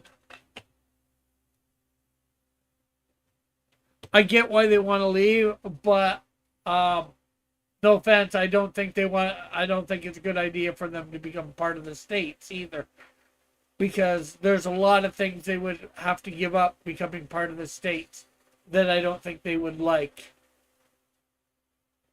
But like our healthcare system, if they become part of the states, suddenly if they become their own quote unquote countries, they can keep their healthcare system. But if they end up becoming part of the states, I think that would be gone. And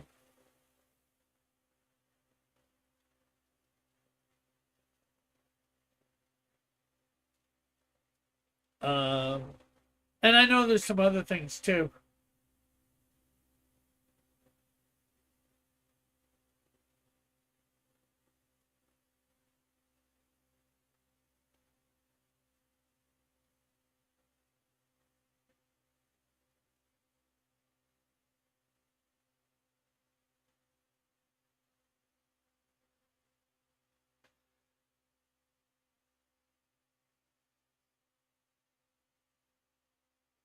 My understanding that Alberta is the lifeline to the east side of Canada. That's possibly true. I don't know for sure. Like I've never been a lot into politics. Yes, I do my duty and I get out and vote and all that, and I do enough research to know who I believe is good to vote for. Um, And yeah, I like a lot of what uh, the Alberta premier stands for. And I get why she wants to leave Canada, because the West gets this, the shaft a lot of times. Do I think it's smart? Personally, no, but I can't be sure because I don't know a lot of details. You might have West Canada and East Canada. No, we would have West Canada and Canada, because the other part of Canada wouldn't change its name to East Canada. We'd just be Canada, and they could they might just keep their name as Alberta. They're not West Canada. They're, depends on whether all those provinces are trying to leave, separate together and become one country. Then they could call themselves West Canada. But most likely, I think it'd be smarter just for Alberta, if they're separating by themselves and not could join with the other ones, to say, hey, we're just Alberta. We're the country of Alberta.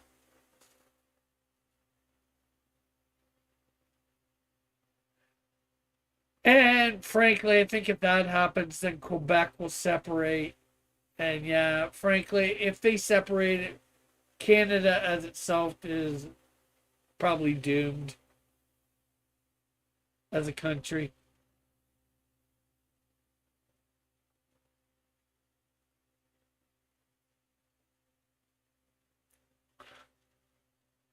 Of the other two provinces dependent on Alberta, I'm not sure. They definitely a lot lately. I believe you're thinking of Saskatchewan. It's Saskatchewan and Manitoba, probably. I think Saskatchewan has definitely been following a lot of Alberta's lead lately.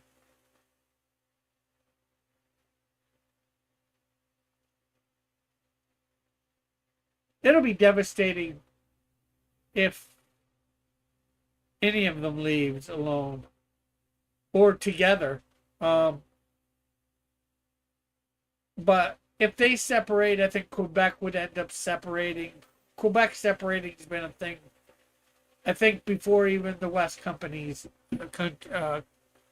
provinces were wanting to separate.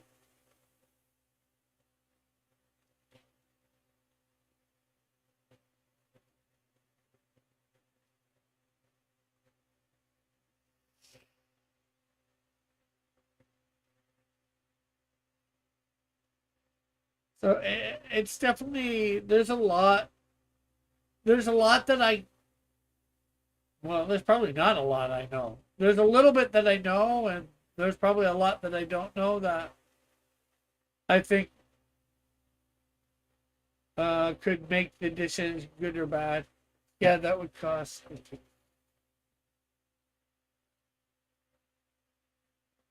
That would cost.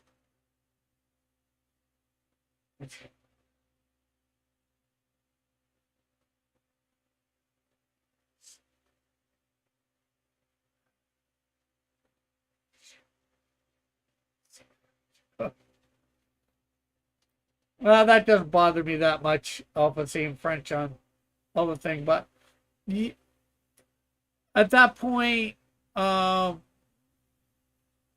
not sure how it would work, because BC would probably, I don't think they would separate. Then you would have Ontario, you would have the territories, you would probably have the eastern provinces, like the maritime provinces, which are, my mind can work, Newfoundland, Nova Scotia, New Brunswick, and PEI.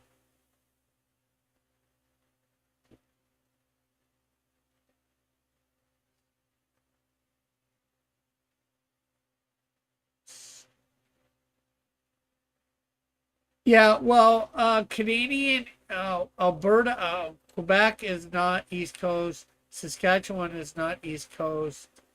The provinces I just mentioned, Newfoundland, Prince Edward Island, Nova Scotia, and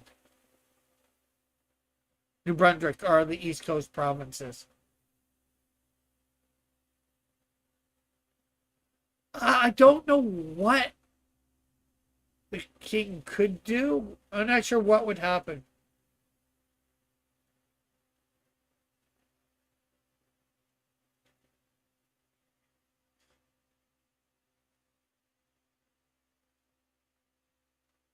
Yeah, I'm not well, I'm not sure what his part would be or what part he would have.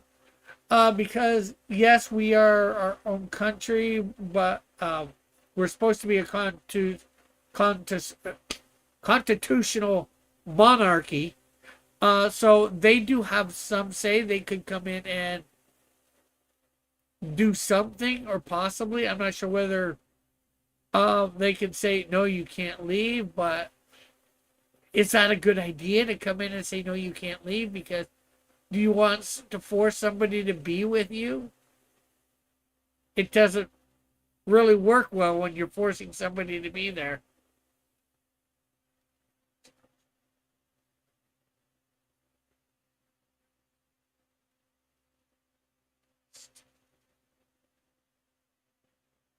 Yeah.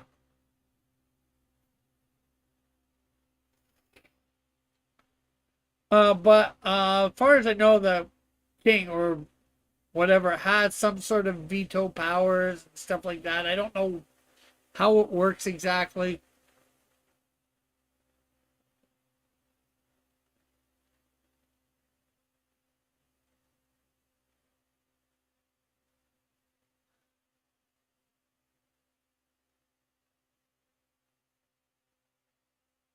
And actually, well, I wouldn't say West Coast provinces. The West Coast province is, we only have one West Coast province, and that is British Columbia. The others are in the middle. There are prairie provinces, as they're called,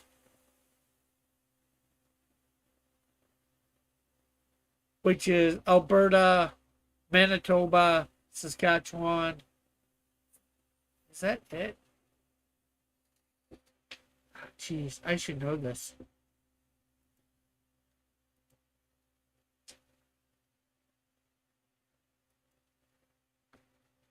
Yeah, Alberta, Saskatchewan, Manitoba.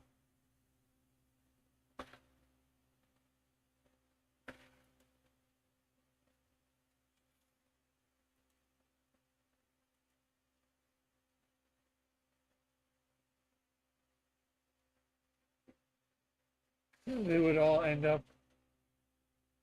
They would all end up. They would end up like all those Canadian truckers. Okay, I'm not sure exactly what you mean by that, but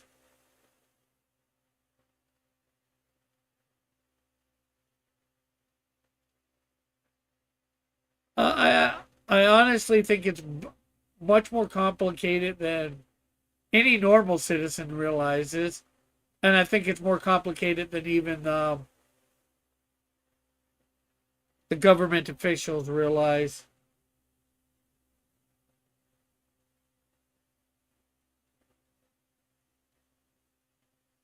I know we've had referendum. Quebec's had referendums about separating before, and they've not passed by like a slim margin.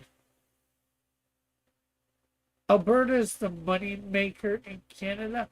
Um, I, I wouldn't say they're the only money maker. Ontario's got a lot of money that it makes too. It makes it different, yeah. We're there's more technology and stuff like that here. Alberta's got the oil and all that, yeah. Uh, so,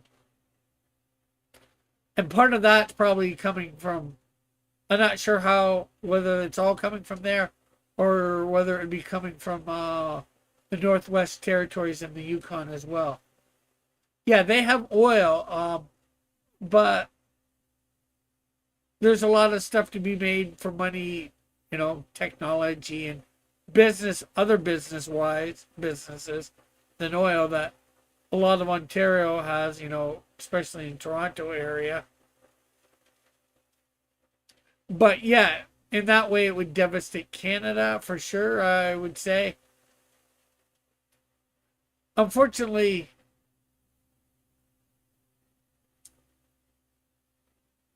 I think, and, like, I like Trump for the most part, but I think he should have shut his mouth when it come to anything Canada um, before our election, because I think he tried something and it backfired.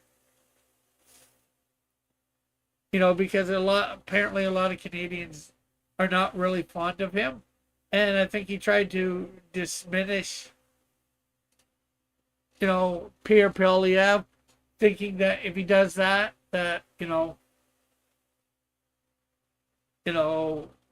Canadians would vote for him because Trump doesn't like him.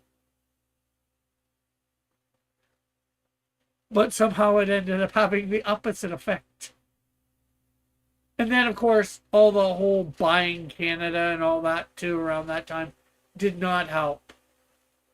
And the tariff war stuff hasn't helped.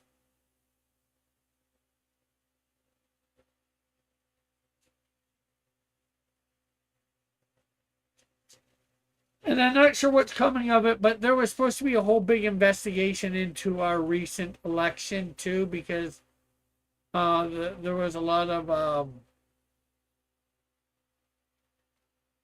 nasty stuff going on.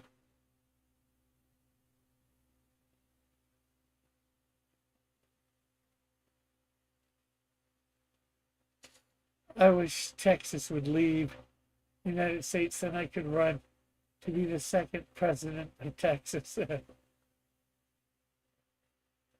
Not too fun. I think you meant fine for Trump right now. But yeah, that's terrible if he won.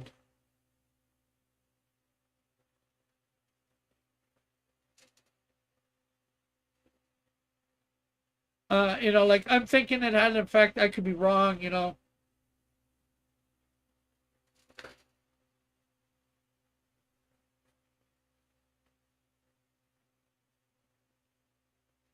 He's only human. He can't make always the best decisions, right?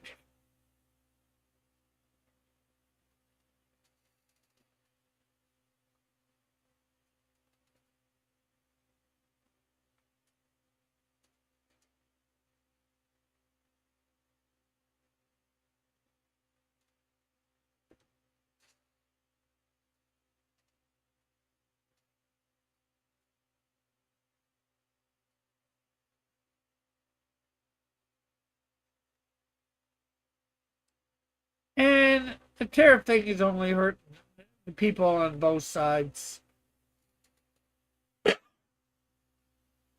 You know, he thinks Canada hasn't done much for the states, but Canada has done a lot for the states, and I'll admit the states has done quite a bit for us too. We've been trading partners for I don't know how long, each other's biggest trading partners, and now we're going elsewhere.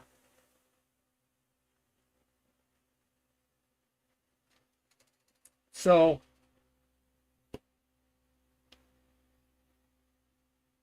it's like, if this is what you want, we'll get our stuff elsewhere. We're making good deals.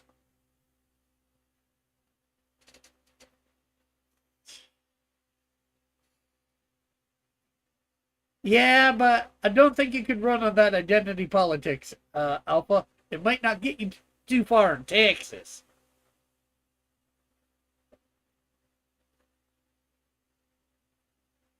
Not that you're an identity politics type of person. You get what I mean, I think. And then seeing as how it would have just become a country maybe for 4 years, then that's not a great big feat either.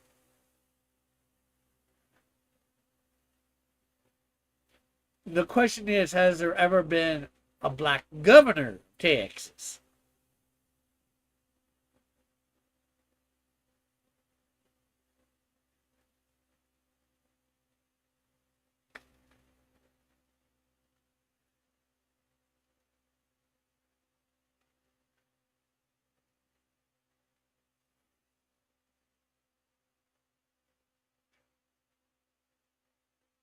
Am I bursting your bubble just a little?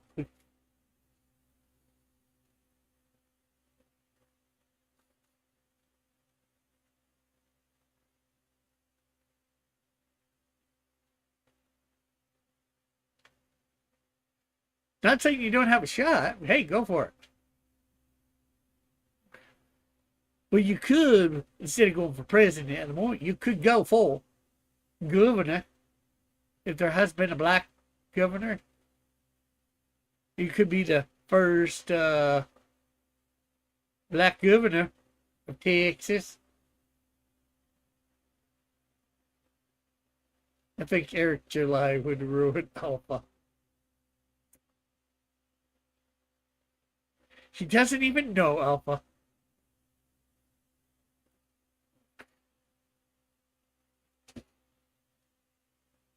Question is, would Eric July actually go for that? I think he's a Texas rat.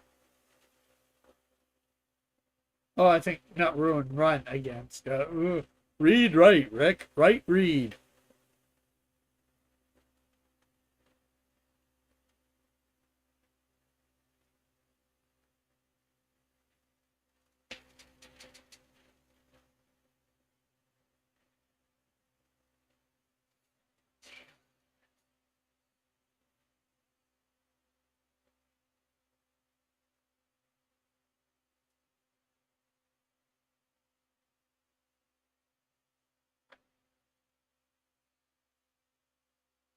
No, he won't know. He'll just know the name.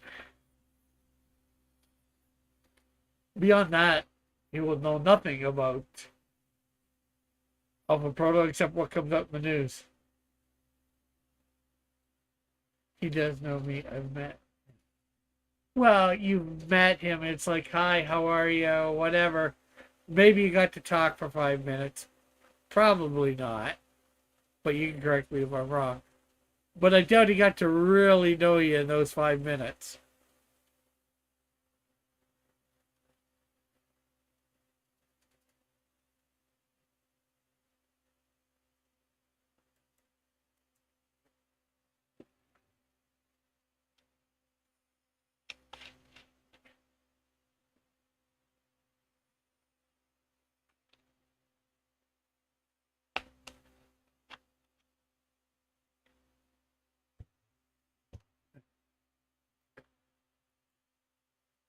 I should run to be a senator. Then I can grip for years.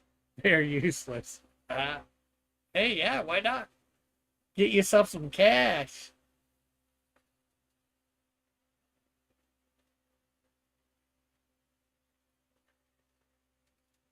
Cha-chinga. But you know what, guys? I've been on here an extra 2 hours. And I didn't mind talking to you guys at all. But I got no extra work done in those 2 hours. So I think I'm gonna let you guys go. But it's been great hanging with you guys, talking about this, that, and all. I will be back here, of course, tomorrow for the Silhouette game, and of course, we will be doing Heroes that first came out in not Heroes, just comic book characters that came out in 1973. So, bye for now. Good night. God bless. See you tomorrow, 7 p.m. Eastern Standard Time, or whatever time it will be for you. I think it'll be 6 Eastern Standard Time for you, Alpha. So, goodbye. Good night. Adios. God bless. Love you all.